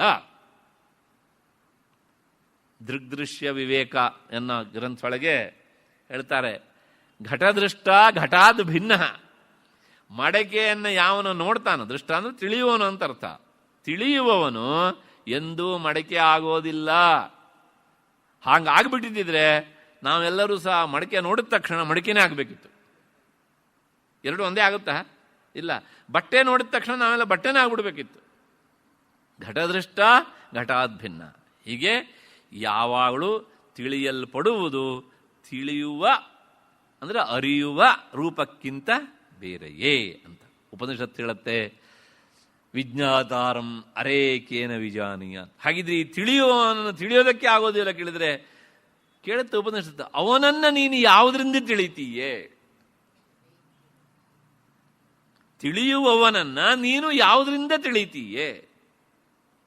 ಅರೆ, ತಿಳಿಯುವವನನ್ನ ಮತ್ತೊನ ಹೊಸದಾಗಿ ತಿಳಿಯಬೇಕಾದುದಿಲ್ಲ. ಈಗ ಕತ್ತಲೆ ಇದೆ ಅಲ್ವಾ? ಕತ್ತಲಿನಲ್ಲಿ ವಸ್ತುಗಳಿವೆ. ಆ ಕತ್ತಲಿನಲ್ಲಿರುವ ವಸ್ತುಗಳನ್ನು ನೋಡೋದಕ್ಕೆ ಬೆಳಕಿನ ಸಹಾಯ ಬೇಕು. ಹಾಗಿದ್ರೆ ಆ ಬೆಳಕನ್ನು ನೋಡೋದಕ್ಕೆ ಯಾವುದು ಬೇಕು? ಬೆಳಕನ್ನು ನೋಡೋದಕ್ಕೆ ಯಾವುದು ಬೇಕು? ಅದು ಸ್ವಯಂ ಪ್ರಕಾಶವಾದ್ದರಿಂದ ಅದನ್ನು ನೋಡೋದಕ್ಕೆ ಇನ್ನೊಂದು ಬೆಳಕಿನ ಅವಶ್ಯಕತೆ ಇಲ್ಲ. ಹಾಗೇನೆ ವಿಜ್ಞಾತಾರಂ ಕೇನ ವಿಜಾನೀಯಾತ್. ಎಲ್ಲವನ್ನೂ ತಿಳಿಯುವನು ನೀನು ಯಾರಿಂದ ತಿಳಿತೀಯ ಅಂದರೆ ಅವನನ್ನು ತಿಳಿಯೋದಕ್ಕೆ ಇನ್ನೊಂದು ಅವಶ್ಯಕತೆ ಇಲ್ಲ. ಹೀಗೆ ಜಗನ್ಮಾತೆ ಸ್ವಯಂ ಜ್ಞಾನಸ್ವರೂಪಿಣಿಯಾದ್ದರಿಂದ ಅವಳನ್ನು ತಿಳಿಯೋದಕ್ಕೆ ಅಂದರೆ ಅವಳನ್ನು ತಿಳಿಯೋದಕ್ಕೆ ಆತ್ಮಸ್ವರೂಪಿಣಿಯಾದ್ದರಿಂದ ಇನ್ನೊಂದು ಚೈತನ್ಯದ ಅವಶ್ಯಕತೆ ಇಲ್ಲ ಅಂತ ವೈದ್ಯನಾಥ ದೀಕ್ಷಿತರು ಹೇಳ್ತಾರೆ. ಜಗನ್ಮಾತೆಗೆ ಅಂದರೆ ದೇವಿಗೆ ರೂಪ ಇಲ್ಲ ಅನ್ನುವ ಮಾತಿಗೆ ಹೇತು ಕಾರಣವಾಗಿ ಈ ನಾಮ ಬಂದಿದೆ. ಹಿಂದೆ ನಾಮದಲ್ಲಿ ಬಂದಿತ್ತಲ್ಲ ಅದೃಶ್ಯ ದೃಶ್ಯರಹಿತ, ಅದಕ್ಕೆ ಹೇತು ಕಾರಣವಾಗಿ ಈ ನಾಮ. ಅವಳ ಅರಿವಿನ ಪುಂಜವಾದ್ರಿಂದ ಅವಳಿಗೆ ಆಕಾರ ಇಲ್ಲ ಅಂತ ಸಮರ್ಥನೆ ಮಾಡೋದಕ್ಕೆ ಈ ನಾಮ ಬಂದಿದೆ. ಯಾಕೆ ಕೇಳಿದರೆ, ನೋಡುವುದು ಅಂದ್ರೆ ಏನಪ್ಪ ಅಂದರೆ ಅರಿಯುವುದು ಅಂತಲೇ ಅರ್ಥ. ನಾವು ಆಡು ಭಾಷೆಯಲ್ಲಿ ಹೇಳ್ತೇವೆ, ನನ್ನ ಮಾತನ್ನು ಸ್ವಲ್ಪ ಕೇಳೋ ಅಂತ. ಅವನು ಕಿವಿ ಕೇಳಲ್ವ? ಹಾಗಿದ್ರೆ ಮಗನಿಗೆ ಅಪ್ಪ ಅಮ್ಮಂದ್ರೆ ಹೇಳ್ತಾರಲ್ಲ, ನನ್ನ ಮಾತು ಸ್ವಲ್ಪ ಕೇಳೋ ಅಂತ. ಅವನೇನು ಕಾಟನ್ ಹಾಕೊಂಡಿದ್ದಾನ? ಹಾಗಿದ್ರೆ ನೋಡು ಅನ್ನೋದಕ್ಕೆ ಅರ್ಥ ಏನು? ಅರಿ. ಕೇಳು ಅನ್ನೋದಕ್ಕೆ ಅರ್ಥ ಏನು? ಅರಿ, ತಿಳಿ ಅಂತ ಅರ್ಥ. ಹಾಗೆಯೇ ಜಗನ್ಮಾತೆ ಅರಿವಿನ ರೂಪವೇ ಆದ್ರಿಂದ ಅವಳಿಗೆ ರೂಪ ಇಲ್ಲ. ಬೇಕಿದ್ರೆ ಏನು ಹೇಳಿ, ಅರಿವೇ ಅವಳ ರೂಪ. ಅರಿವೇ ಅಂದರೆ ಎರಡು ಅರ್ಥ. ಮತ್ತೆ ಅರಿವು ಅಂದರೆ ಜ್ಞಾನ, ಇನ್ನೊಂದು ಅರ್ಥ ಅರಿವೇ ಅಂದರೆ ಇದು ಅರಿವೇ, ಇದಲ್ಲ. ಅರಿವೇ, ಜ್ಞಾನವೇ ಅವಳ ರೂಪ ಅಂತ. ಅದಕ್ಕೋಸ್ಕರ ಜಗನ್ಮಾತೆ ಕೇವಲ ಅರಿವಿನ ರೂಪ. ಅಂದರೆ ನಾವು ಯಾವುದ್ರ ಬಗ್ಗೆ ವಿಚಾರ ಮಾಡ್ತಾ ಇದ್ದೇವೆ ಅಂದರೆ ಹೊರಗಡೆ ಅಲ್ಲ, ಒಳಬಗೆಯಲ್ಲಿಯೇ ಆಕೆಯನ್ನು ಕಾಣಬೇಕು ಅನ್ನುವಂಥ ನಾಮದ ಅರ್ಥದ ಹಿನ್ನೆಲೆಯಲ್ಲಿ ವಿಚಾರ. ಅಷ್ಟಾದ ಮೇಲೆ ಆ ಯಾವುದು ಅರಿವೋ ಅದು ಯಾವಾಗಲೂ ಸಾಕ್ಷಿಯಾಗಿರ್ತದೆ, ಸಿಯರ್. ಯಾವುದು ಸಾಕ್ಷಿಯೋ ಅದಕ್ಕೆ ಅದು ಯಾವುದನ್ನು ನೋಡ್ತದೆಯೋ ನೋಡಿದ್ದರ ಅಂಟುವಿಕೆ ಅದಕ್ಕೆ ಇರೋದಿಲ್ಲ. ಅರ್ಥ ಆಗಲಿಲ್ಲ ನೋಡಿ. ಈಗ ಇಲ್ಲಿ ಒಂದು ವಸ್ತು ಇದೆ, ನಾನು ನೋಡ್ತೇನೆ. ನೋಡಿದ್ರಿಂದ ಆ ವಸ್ತುವಿನ ಧರ್ಮ ನನಗೆ ಅಂಟೋದಿಲ್ಲ. ಯಾರಿಗೆ? ಚೈತನ್ಯಕ್ಕೆ ಅಂಟೋದಲ್ಲ, ಮನಸ್ಸಿಗೆ ಅಂಟುತ್ತದೆ. ಈಗ ಇಲ್ಲೊಂದು ಯಾವುದೋ ಒಂದು ನಡಿಬಾರದ ಘಟನೆ ನಡೆಯುತ್ತೆ, ಅದನ್ನು ನೋಡಿದಾಗ ಮನಸ್ಸು ವಿಕಾರಕ್ಕೆ ಒಳಗಾಗತ್ತೆ. ಯಾಕೆಂದರೆ ಮನಸ್ಸು ನೇರವಾಗಿ ಚೈತನ್ಯ ಅಲ್ಲ. ಅದೇ ಜ್ಞಾನಿ ಆದವನಿಗೆ ಏನಾಗುತ್ತೆ? ಏನೂ ಅನಿಸೋಲ್ಲ. ಅದಕ್ಕೋಸ್ಕರ ಆ ನೆಲೆಯಲ್ಲಿ ಹೋದವರಿಗೆ ಯಾವ ಭಾವವೂ ಇರೋದಿಲ್ಲ. ಯಾಕೆಂದ್ರೆ ಅವರಿಗೆ ಗೊತ್ತು ಇದೆಲ್ಲವೂ ಸಹ ಅದರಲ್ಲಿ ತೋರ್ತಾ ಇರುವಂತಹದ್ದು ಅಂತ, ಒಂದೇ ಚೈತನ್ಯದ ನೆಲೆಯಲ್ಲಿ ಅಂತ. ಹೀಗೆ ಸಾಕ್ಷಿ ಆದದ್ದಕ್ಕೆ ಪಾಪವೂ ಇಲ್ಲ, ಪುಣ್ಯವೂ ಇಲ್ಲ. ನಾನು ಯಾವಳೊಂದು ಉದಾಹರಣೆ ಕೊಡ್ತೇನೆ. ಇಲ್ಲಿ ದೀಪ ಉಂಟು ಅಲ್ವಾ? ಈ ದೀಪದ ಕೆಳಗೆ ನಾನು ಉಪನ್ಯಾಸ ಮಾಡ್ತಿದ್ದೇನೆ, ನೀವು ಉಪನ್ಯಾಸ ಕೇಳ್ತಿದ್ದೀರಿ. ಉಪನ್ಯಾಸ ಕೇಳಿದಾಗ ಕೆಲವು ದಿವಸ ಏನಪ್ಪ ಹೇಳಿದ್ದೆ ಹೇಳ್ತಾರೆ ಅಂತ ನಿಮಗೆ ಬೇಜಾರಾಗ್ಬೋದು, ಕೆಲವು ದಿವಸ ಸಂತೋಷವೂ ಆಗ್ಬೋದು. ಅದಕ್ಕೆ ಯಾವ ಥರ ಒಂದು ದಿವಸ ಸಂತೋಷ ಆಯ್ತಾ ಮತ್ತು ಬೇಸರ ಆಯ್ತಾ? ಯಾಕೆ? ಅದು ಸಾಕ್ಷಿ. ಅದು ಸಾಕ್ಷಿಯಾದದ್ದಕ್ಕೆ ಹೊರಗಿನದರ ಯಾವ ಲೇಪವೂ ಇಲ್ಲ. ಆದ್ದರಿಂದ ಹೀಗೆ ಪಾಪವೂ ಇಲ್ಲ, ಪುಣ್ಯವೂ ಇಲ್ಲ. ಯಾಕೆ ಪಾಪ ಪುಣ್ಯ ಇಲ್ಲ ಕೇಳಿದರೆ ಅದು ಸದಾ ಎವರ್ ಪ್ಯೂರ್, ಪರಿಶುದ್ಧ ಅಷ್ಟೇ. ಜ್ಞಾನ ಅತ್ಯಂತ ಪರಿಶುದ್ಧ ಆದ್ದರಿಂದ ಜ್ಞಾನಸ್ವರೂಪಿಣಿಯಾದಂತಹ ದೇವಿಗೆ ಪಾಪವೂ ಇಲ್ಲ, ಪುಣ್ಯವೂ ಇಲ್ಲ. ಅವಳು ಕೇವಲ ಅರಿವಿನ ಪುಂಜ. ಹಾಗಾಗಿ ನಾವೇನಾದ್ರು ಪಾಪ ಮಾಡಿಕೊಂಡು ದೇವಸ್ಥಾನಕ್ಕೆ ಹೋಗಿ ಇಷ್ಟು ಕಾಣಿಕೆ ಆಗಿದೆ, ನನ್ನ ಪಾಪ ತಗೋ ಅಂತಂದರೆ ನಮಗೆ ಸಮಾಧಾನ ಆಗತ್ತೆ. ದೇವ್ರ ಹೋಗಿ ಅಲ್ಲಿ ಎಲ್ಲ ಹೇಳ್ಕೊಂಡು ಬಂದಿದ್ದೇನೆ ಅಂತ. ಎಷ್ಟು ಮಟ್ಟಿಗೆ ನಾವೇ ಆರೋಪ ಮಾಡ್ಕೊಳ್ತೇವೆ. ನಾ ಹೇಳ್ತಾ ಇದ್ದೆ ಕಣ್ರಿ, ಬಲಗಡೆಯಿಂದ ಹೂ ಬಿದ್ದೇ ಬಿಡ್ತು, ತಗೊಂಡೇ ಬಿಟ್ಲು. ನಮ್ಮದೇ ವ್ಯಾಖ್ಯಾನ. ಆಮೇಲೆ ಅಕಸ್ಮಾತಾಗಿ ಏನೋ ವ್ಯತ್ಯಾಸ ಆಯಿತು ಅಲ್ಲಿ. ನಾನು ಹೇಳ್ತಾ ಇದ್ದೆ ರೀ, ತುಂಬ ಬೇಜಾರಾಗ್ಬಿಡ್ತು, ಎಡಗಡೆಯಿಂದ ಬಿದ್ದುಬಿಡ್ತು ಹೂ. ನಾನು ಅದು ಅಲ್ಲ ಅಂತ ಹೇಳೋದಿಲ್ಲ. ಆದರೆ ನಾವೇನು ಮಾಡಿದ ಗಿಡ ನಮ್ಮ ಮನಸ್ಸಿನ ಅಳತೆಗೆ ಸರಿಯಾಗಿ ಎಲ್ಲವನ್ನೂ ತೂಗ್ತಾ ಇರುತ್ತೇವೆ ಅಲ್ವಾ. ದೇವರು ಪಾಪ ತಗೊಳ್ಳೋದೂ ಇಲ್ಲ, ಮತ್ತೆ ನಮ್ಮ ಪುಣ್ಯವನ್ನು ಹೆಚ್ಚು ಮಾಡೋದಿಲ್ಲ. ನಾವು ಏನೂ ಮಾಡ್ತೇವೆ ಹೋಗ್ಬಿಟ್ಟು ನನ್ನ ಪುಣ್ಯ ಹೆಚ್ಚು ಮಾಡುವಂತ ನನ್ನ ಅಕೌಂಟಿಗೆ ಹಾಕಪ್ಪ, ಜಮಾ ಮಾಡಪ್ಪ ಅಂದರೆ ಮಾಡ್ತಾನ ಅವನು. ಮಾಡಿದ ಅವನಂಥ ಪಕ್ಷಪಾತ ಇನ್ನೊಬ್ಬ ಇಲ್ಲ ಅಲ್ವಾ. ಅದಕ್ಕೋಸ್ಕರ ಅರಿವಿನ ರೂಪ ಅಂತ ಅದಕ್ಕೆ ಪಾಪವೂ ಇಲ್ಲ, ಪುಣ್ಯವೂ ಇಲ್ಲ. ಅದು ಸದಾ ಪರಿಶುದ್ಧ. ಅಷ್ಟು ಹಿನ್ನೆಲೆಯಲ್ಲಿ ವಿಜ್ಞಾತ್ರಿ ಎನ್ನುವಂಥ ನಾಮದ ವಿವರಣೆ ನಮಗಿದು ಯಾವಾಗಲೂ ಗೊತ್ತಿರಬೇಕು. ಯಾಕೆಂದರೆ ನಿರ್ಗುಣ ಎನ್ನುವುದು ಸಗುಣಕ್ಕೆ ಆಧಾರ. ಇದನ್ನು ನಾವು ಮರಿಬಾರದು. ಹಾಗಾಗಿ ನಾವು ಯಾವುದೇ ಸಗುಣವನ್ನು ನೋಡಿದರೂ ಸಹ, ಅಂದರೆ ಆ ಸಗುಣ ಅಂದರೆ ಆಕಾರ ನೋಡಿದರೂ ಸಹ, ಇದರ ಹಿಂದಿರುವಂತಹ ನಿರ್ಗುಣ ಮಾತ್ರ ಸತ್ಯ. ಈ ಸಗುಣ ಇದು ಕೇವಲ ಆರೋಪಿತ, ಕೇವಲ ಕಲ್ಪನೆ. ಹೀಗೆ ಎಷ್ಟೆಷ್ಟು ಮನಸ್ಸು ದೃಢವಾಗುತ್ತೋ ಅಷ್ಟಷ್ಟು ಮನಸ್ಸಿಗೆ ಸಮಾಧಾನ, ಶಾಂತಿ ಹೆಚ್ಚು ಸಿಗತ್ತೆ. ಸಗುಣದಲ್ಲಿ ನಿಂತಾಗ ಮನಸ್ಸು ಹೊರಮುಖವಾಗಿ ಹೋಗ್ತಾ ಇರುತ್ತೆ, ನಿರ್ಗುಣಕ್ಕೆ ಬಂದಾಗ ಮನಸ್ಸು ಒಳಬಗೆಯಲ್ಲಿ ನಿಲ್ಲತ್ತೆ. ಅಷ್ಟಾದ ಮೇಲೆ ಮತ್ತೆ ಮುಂದಿನ ನಾಮಕ್ಕೆ ಹೋಗೋಣ. 652ನೇ ನಾಮ ವೇದ್ಯವರ್ಜಿತ. ಈ ನಾಮಕ್ಕೆ ಎರಡು ಅರ್ಥ ಉಂಟು, ನೋಡೋಣ. ವೇದ್ಯವರ್ಜಿತ, ತಿಳಿಯಲ್ಪಡಬೇಕಾದುದು ಇಲ್ಲದೇ ಇರುವವಳು. ಹಿಂದಿನ ನಾಮ ಏನು ಹೇಳ್ತೋ? ವಿಜ್ಞಾತ್ರಿ, ತಿಳಿಯುವವಳು. ಅವಳು ತಿಳಿಯೋವಳಾದ ಮೇಲೆ ತಿಳಿಯಲ್ಪಡೋದು ಒಂದು ಇರಬೇಕು ಅಲ್ವಾ ಅಂತ ನಮಗನಿಸತ್ತೆ. ಆದರೆ ಅವಳಿಗೆ ತಿಳಿಯಲ್ಪಡಬೇಕಾದುದು ಯಾವುದೂ ಇಲ್ಲ. ಯಾಕೆ ಕೇಳಿದರೆ, ಅವಳು ಜ್ಞಾನಸ್ವರೂಪಿಣಿ, ಚೈತನ್ಯ ಸ್ವರೂಪಿಣಿ ಅಂತ ಆದ್ಮೇಲೆ ಉಪನಿಷತ್ತು ಏನು ಹೇಳುತ್ತೆ? ಈಶಾವಾಸ್ಯಂ ಇದಂ ಸರ್ವಂ. ಇದೆಲ್ಲವೂ ಸಹ ಚೈತನ್ಯದಿಂದಲೇ ಆವರಿಸಲ್ಪಟ್ಟಿದೆ ಅಂತ ಆದ್ಮೇಲೆ ಜಡವಾದದ್ದು ಅದರಲ್ಲಿ ತೋರ್ತಾ ಇರುತ್ತೆ, ಮರದ ತುಂಡಲ್ಲಿ ಆನೆ ಕಂಡ ಹಾಗೆ. ಹೌದು ತಾನೆ? ಆದ್ರಿಂದ ಹೊಸದಾಗಿ ಅವಳಿಗೆ ತಿಳಿಯಲ್ಪಡಬೇಕಾದುದು ಇಲ್ಲ. ಇದು ಒಂದರ್ಥ. ಎರಡನೇದು, ಯಾಕಿಲ್ಲ ಅವಳಿಗೆ ತಿಳಿಯಲ್ಪಡಬೇಕಾದುದು ಅಂತಂದ್ರೆ, ಯಾರು ತಿಳಿಬೇಕು ಹೇಳಿ? ಅರ್ಧಂಬರ್ಧ ಆದವರು ತಿಳಿಬೇಕು. ಏನೂ ಗೊತ್ತಿಲ್ಲದೆ ಇದ್ದವರು ಅವಳು ತಿಳಿದ್ರೂ ಸರಿ, ತಿಳಿದೇ ಇದ್ರೂ ಸರಿ. ಯಾಕೆಂದ್ರೆ ಏನೂ ಗೊತ್ತಿಲ್ಲದೆ ಒಂದು ಭಾವನೆ ಇರ್ತದೆ ಅಂತ, ನನಗೆಲ್ಲ ಗೊತ್ತಿದೆ ಅಂತ. ಸರ್ವೋಪಿ ಮನ್ಯತೆ ಲೋಕೆ ಆತ್ಮಾನಂ ಬುದ್ಧಿಮತ್ತರಂ. ಪ್ರಪಂಚದಲ್ಲಿ ಪರಮ ದಡ್ಡನನ್ನು ಕೇಳಿ, ಏನಪ್ಪ ನಾನು ಚೆನ್ನಾಗಿದ್ದೇನೆ ರೀ ಅಂತಾನೆ. ನನ್ನಷ್ಟು ಬುದ್ಧಿವಂತ, ಬುದ್ಧಿವಂತ ಮೀನ್ಸ್ ನನಗಿರುವ ಜ್ಞಾನ ಬೇರೆ ಯಾರಿಗೂ ಇಲ್ಲ ಅಂತ ಅಲ್ವಾ. ಪರಮ ದಡ್ಡನೂ ಹಾಗೆ ಅಂದ್ಕೊಳ್ತಾನೆ. ಆದರೆ ಜ್ಞಾನ ಸ್ವರೂಪಿಣಿಯ ಅಂತಹ ಜಗನ್ಮಾತೆ ಅವಳು ಎಂಥವಳು ಕೇಳಿದರೆ ವಿಜ್ಞಾತ್ರಿ ಅಂತ ನಾಮ ಹೇಳಿದ್ದೇವೆ. ಹಾಗಾಗಿ ಅವಳಿಗೆ ಇಲ್ಲಿ ಹೊಸದಾಗಿ ತಿಳಿಯಬೇಕಾದುದು ಯಾವುದೂ ಇಲ್ಲ. ಯಾಕೆ ಅಂದರೆ ಮೊದಲನೇದಾಗಿ ಅವಳು ದಡ್ಡಿ ಅಲ್ಲ, ಎರಡನೇದಾಗಿ ಅರ್ಧಂಬರ್ಧ ಅಲ್ಲ, ಮತ್ತೆ ಮೂರನೇದು ಹೇಳಬೇಕಂದ್ರೆ ಅವಳು ಅಖಂಡ ಜ್ಞಾನ ಸ್ವರೂಪ. ಈಗ ನಮಗೆ ತಿಳಿಬೇಕು ಅಂತ ಅನಿಸ್ತದೆ, ಯಾಕೆಂದ್ರೆ ಅರ್ಧಂಬರ್ಧ ಆದ್ದರಿಂದ. ಅವಳು ಅರ್ಧಂಬರ್ಧ ಅಲ್ವಲ್ಲ. ಹಾಗಾಗಿ ಅವಳಿಗೆ ಹೊಸದಾಗಿ ತಿಳಿಯಬೇಕಾದುದು ಯಾವುದೂ ಇಲ್ಲ. ಹೀಗೆ ಏನು ಹೇಳ್ದಂಗಾಯ್ತು, ಯಾರಿಗೆ ಯಾವುದು ತಿಳಿದಿಲ್ಲವೋ ಅವನು ಅದನ್ನು ತಿಳಿಬೇಕು ಅಂತ ಬಯಸ್ತಾನೆ. ಯಾವನು ಎಲ್ಲವನ್ನೂ ತಿಳಿದಿದ್ದಾನೋ ಅವನು ಮತ್ತೆ ಹೊಸದಾಗಿ ತಿಳಿಬೇಕು ಅಂತ ಬಯಸೋದಿಲ್ಲ. ಅವನಿಗೆ ತಿಳಿಯಬೇಕಾದದ್ದು ಇಲ್ಲ. ಯಾಕಿಲ್ಲ ಅಂದರೆ ಅವಳಿಗೆ ತಿಳಿದಿಲ್ಲ ಅನ್ನೋದೇ ಯಾವುದೂ ಇಲ್ಲ.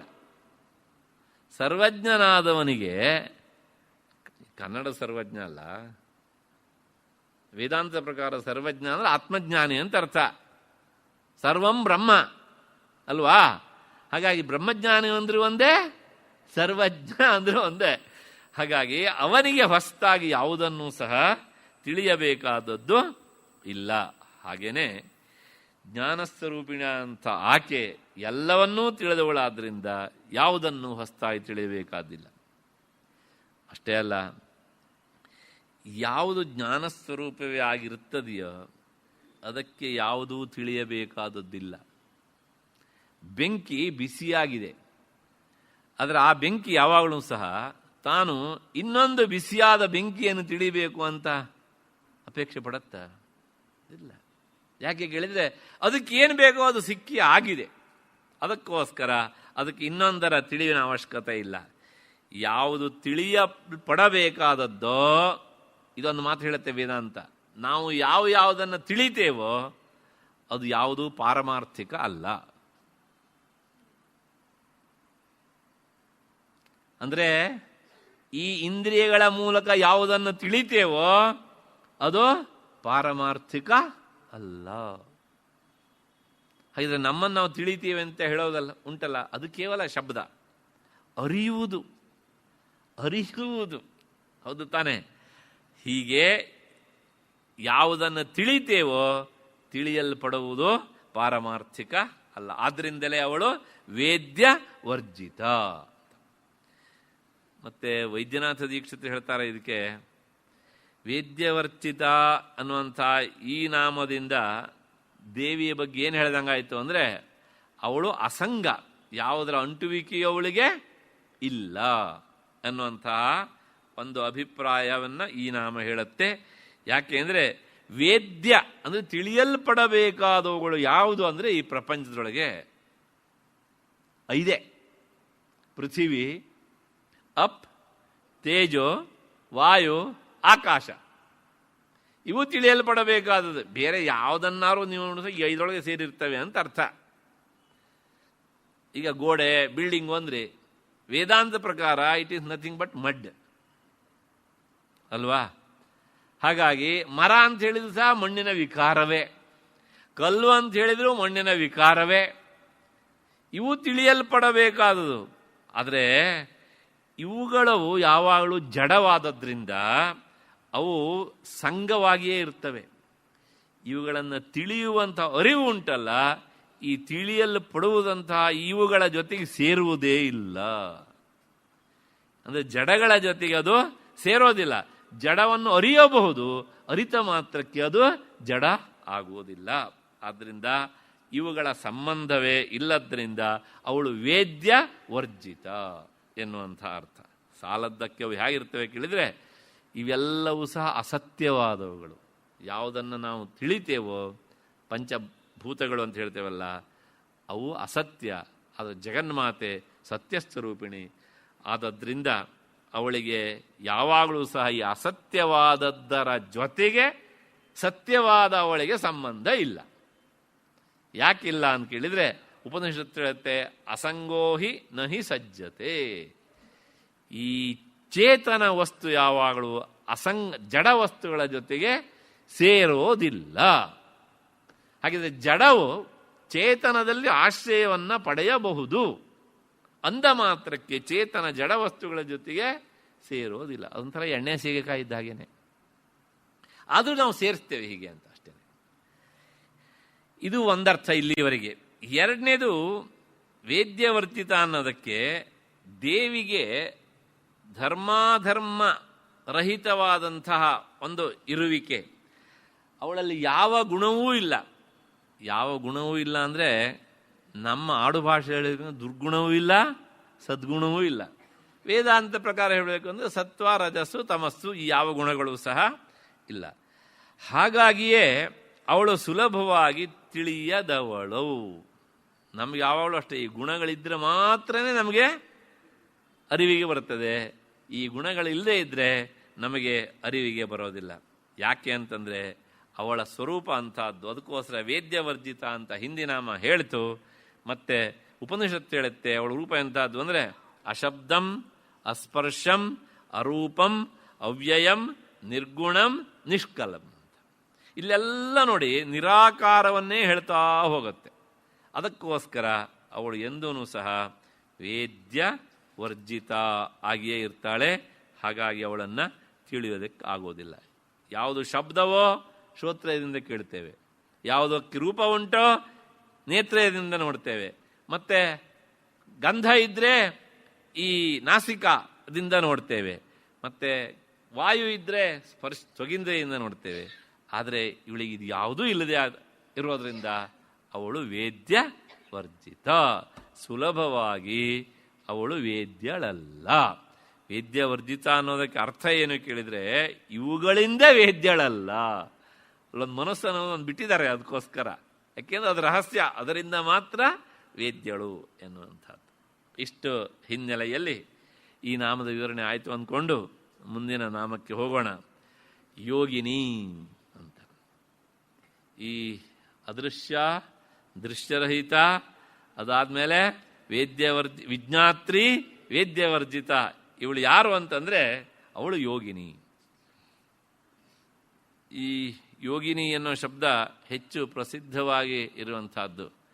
ನಮ್ಮಲ್ಲಿ ಸಾಮಾನ್ಯವಾಗಿ ಸ್ತ್ರೀಯರೇನಾದ್ರು ಸನ್ಯಾಸ ಧರ್ಮವನ್ನು ಸ್ವೀಕಾರ ಮಾಡಿದರೆ ಅವರನ್ನು ಯೋಗಿನಿ ಅಂತ ಕರೆದು ಬಿಡ್ತಾರೆ.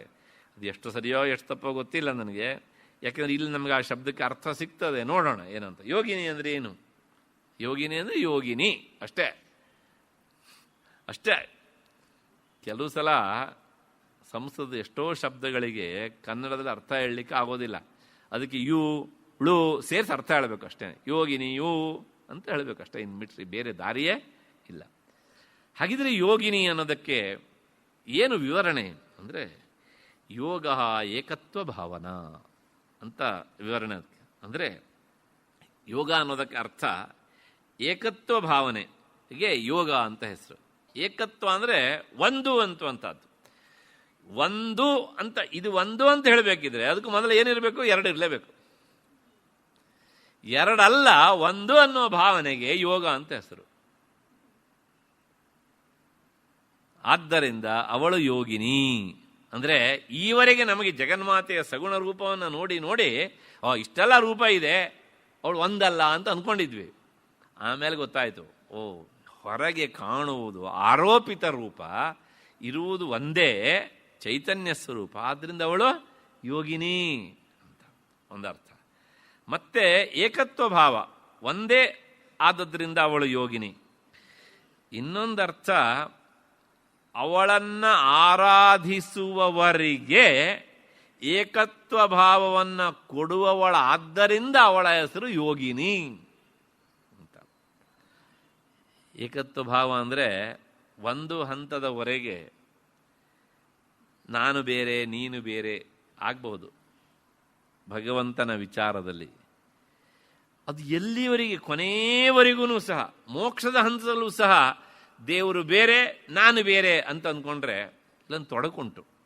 ಏನು ಕೇಳಿದರೆ, ಹೀಗೆ ಅಂದ್ಕೊಂಡು ಬಹಳಷ್ಟು ಜನ ಬರ್ತಾರೋ ಇಲ್ವಾ? ಈ ಒಂದು ವಿಚಾರ ಮಾಡೋಣ. ದೇವರು ಅಂತ ಒಬ್ಬಿದ್ದಾನೆ, ಅವನನ್ನು ಎದುರುಗಡೆ ಸಿಂಹಾಸನದಲ್ಲಿ ಕೂರಿಸಿದ್ದೇವೆ, ಅವರಿಗೆ ಮೋಕ್ಷ ಆಗೇ ಹೋಯ್ತು, ಎಲ್ಲರೂ ಬಂದಿದ್ದಾರೆ ಮೋಕ್ಷ ಆದವರು. ಇವರೆಲ್ಲರೂ ಸಾಲ ಕೂತಿರ್ತಾರೆ, ದೇವ್ರು ನೋಡ್ತಾ ಇರ್ತಾರೆ. ಅಲ್ಲಿ ಬಂದ ಮೇಲೆ ಯಾವನಾದರೂ ಒಬ್ರಿಗಾರು ಒಂದು ದಿವಸ ಅನಿಸ್ಬೋದಲ್ವಾ, ಯಾವಾಗಲೂ ಇವನೇ ಯಾಕೆ ಕೂತ್ಕೊಳ್ಳೋದು ಇಲ್ಲಿ, ಒಂದು ದಿವಸ ನಾನು ಯಾಕೆ ಕೂರಬಾರ್ದು? ಎಲ್ಲಿ ಎರಡು ಇರುತ್ತೋ ಇದು ಸಹಜ. ಒಂದು ದಿವಸ ಅವನು ಇಲ್ಲಿ ಕೂರ್ಲಿ, ನಾನು ಅಲ್ಲಿ ಕೂರ್ತೇನೆ ಅನಿಸುತ್ತೋ ಇಲ್ವಾ? ತಪ್ಪು ತಿಳ್ಕೊಳ್ಬೇಡಿ. ಎಷ್ಟೋ ಆಫೀಸುಗಳಲ್ಲಿ ಕಾಲೇಜುಗಳಲ್ಲಿ ಇನ್ಚಾರ್ಜ್ ಕೊಟ್ಟು ಹೋಗಿರ್ತಾರೆ, ಸೋ ಕಾಲ್ಡ್ ಹೆಡ್ಲೆಸ್ ಹೆಡ್. ಆಗ ಇನ್ಚಾರ್ಜ್ ಕೂತವರು ಸಿಕ್ಕಿದ್ದೇ ಸೀರುಂಡೆ ಅಂತ ಅವತ್ತು ಆ ಚೇರಲ್ಲಿ ನೋಡಬೇಕು ಪವನ್ ಸದನ ಏಕ್ ದಿನ ಕಾ ರಾಜ. ಯಾಕೆ ಹೇಳಿ? ಕಾರಣ ಅಷ್ಟೇನೆ, ಆ ಹುದ್ದೆ ಹಾಗೆ ಮಾಡಿಸುತ್ತೆ ಅದು. ಹೀಗೆ ಈ ಏಕತ್ವ ಭಾವವನ್ನು ಅಲ್ಲಿ ನಿಲ್ಲುವುದೇ ಮೋಕ್ಷ. ನಿಜವಾಗಿ ವೇದಾಂತ ಪ್ರಕಾರ ಆ ಏಕತ್ವ ಭಾವವನ್ನು ಕೊಡುವವಳಾದ್ರಿಂದ, ಅಂದರೆ ಜೀವಾತ್ಮ ಪರಮಾತ್ಮ ಒಬ್ಬನೇ ಎನ್ನುವಂಥ ಭಾವನೆಯನ್ನು ದೃಢಗೊಳಿಸುವವಳಾದ್ದರಿಂದ ಅವಳ ಹೆಸರು ಯೋಗಿನಿ ಅಂತ. ಇದು ಒಂದರ್ಥ. ಇನ್ನೂ ಒಂದು ಅರ್ಥ ಉಂಟು. ಏನು ಅಂತಂದರೆ, ಹಿಂದೆ ಸ್ವಲ್ಪ ಬಂದಿತ್ತು ಈ ವಿಚಾರ. ಮಂತ್ರಶಾಸ್ತ್ರದಲ್ಲಿ, ತಂತ್ರಶಾಸ್ತ್ರದಲ್ಲೂ ಹೌದು,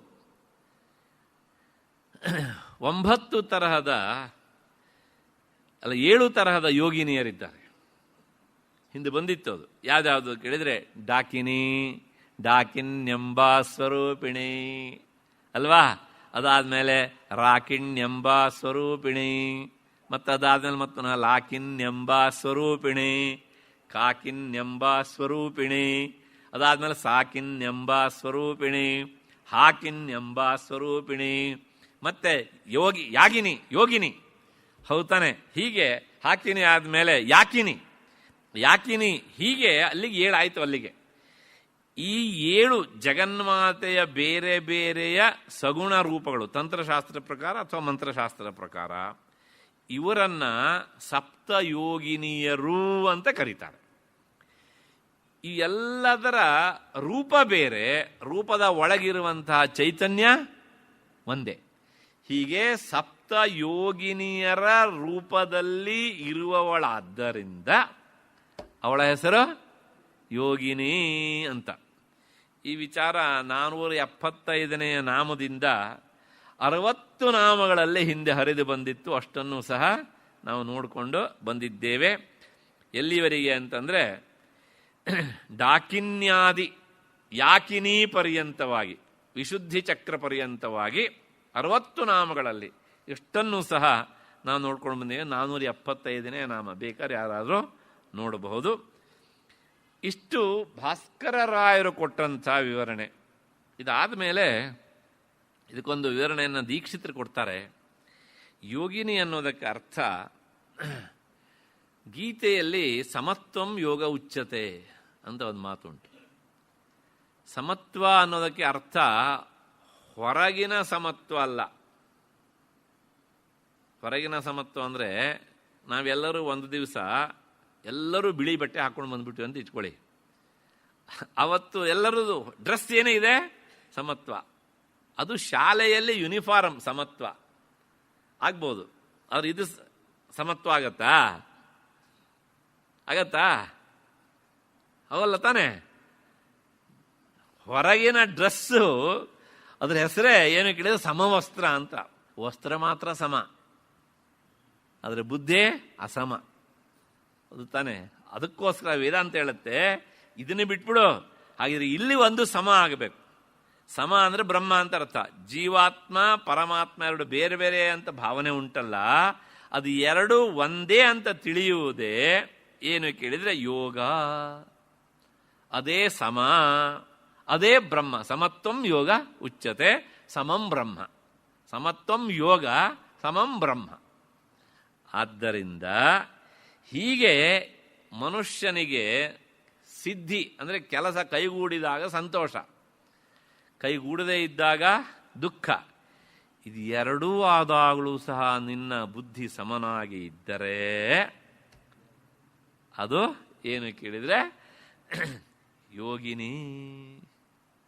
ಇಂತಹ ಬುದ್ಧಿಯನ್ನು ಕೊಡುವವಳಾದ್ದರಿಂದ ಸುಖ ದುಃಖೇ ಸಮೇ ಕೃತ್ವ ಲಾಭಾಲಾಭವು ಜಯಾಜಯವು ಅಲ್ವಾ.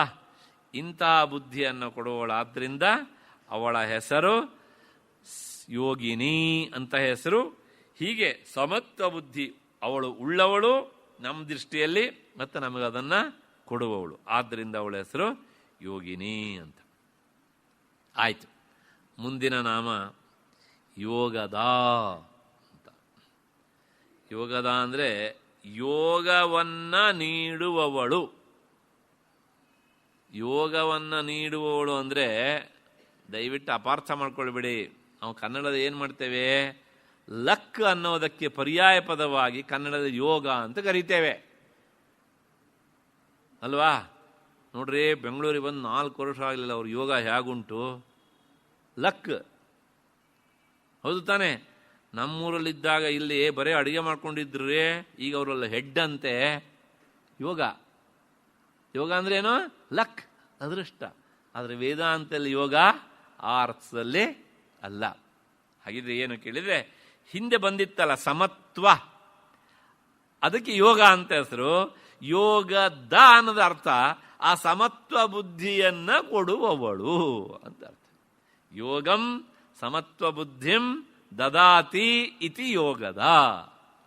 ಇದು ಸಮತ್ವ ಬುದ್ಧಿ ಯಾಕೆ ಬೇಕು ಕೇಳಿದ್ರೆ, ಯಾವಳು ಅಸಮತ್ವ ಬುದ್ಧಿಯಲ್ಲಿ ಸುಖ ದುಃಖಗಳು ಹಾರಾಟ ನಡೀತಾ ಇರುತ್ತೆ, ಸಮತ್ವ ಬುದ್ಧಿಯಲ್ಲಿ ಹೇಗಿರುತ್ತೆ ಕೇಳಿದ್ರೆ ಎರಡು ಹತ್ರನೂ ಸುಳಿಯಲ್ಲ.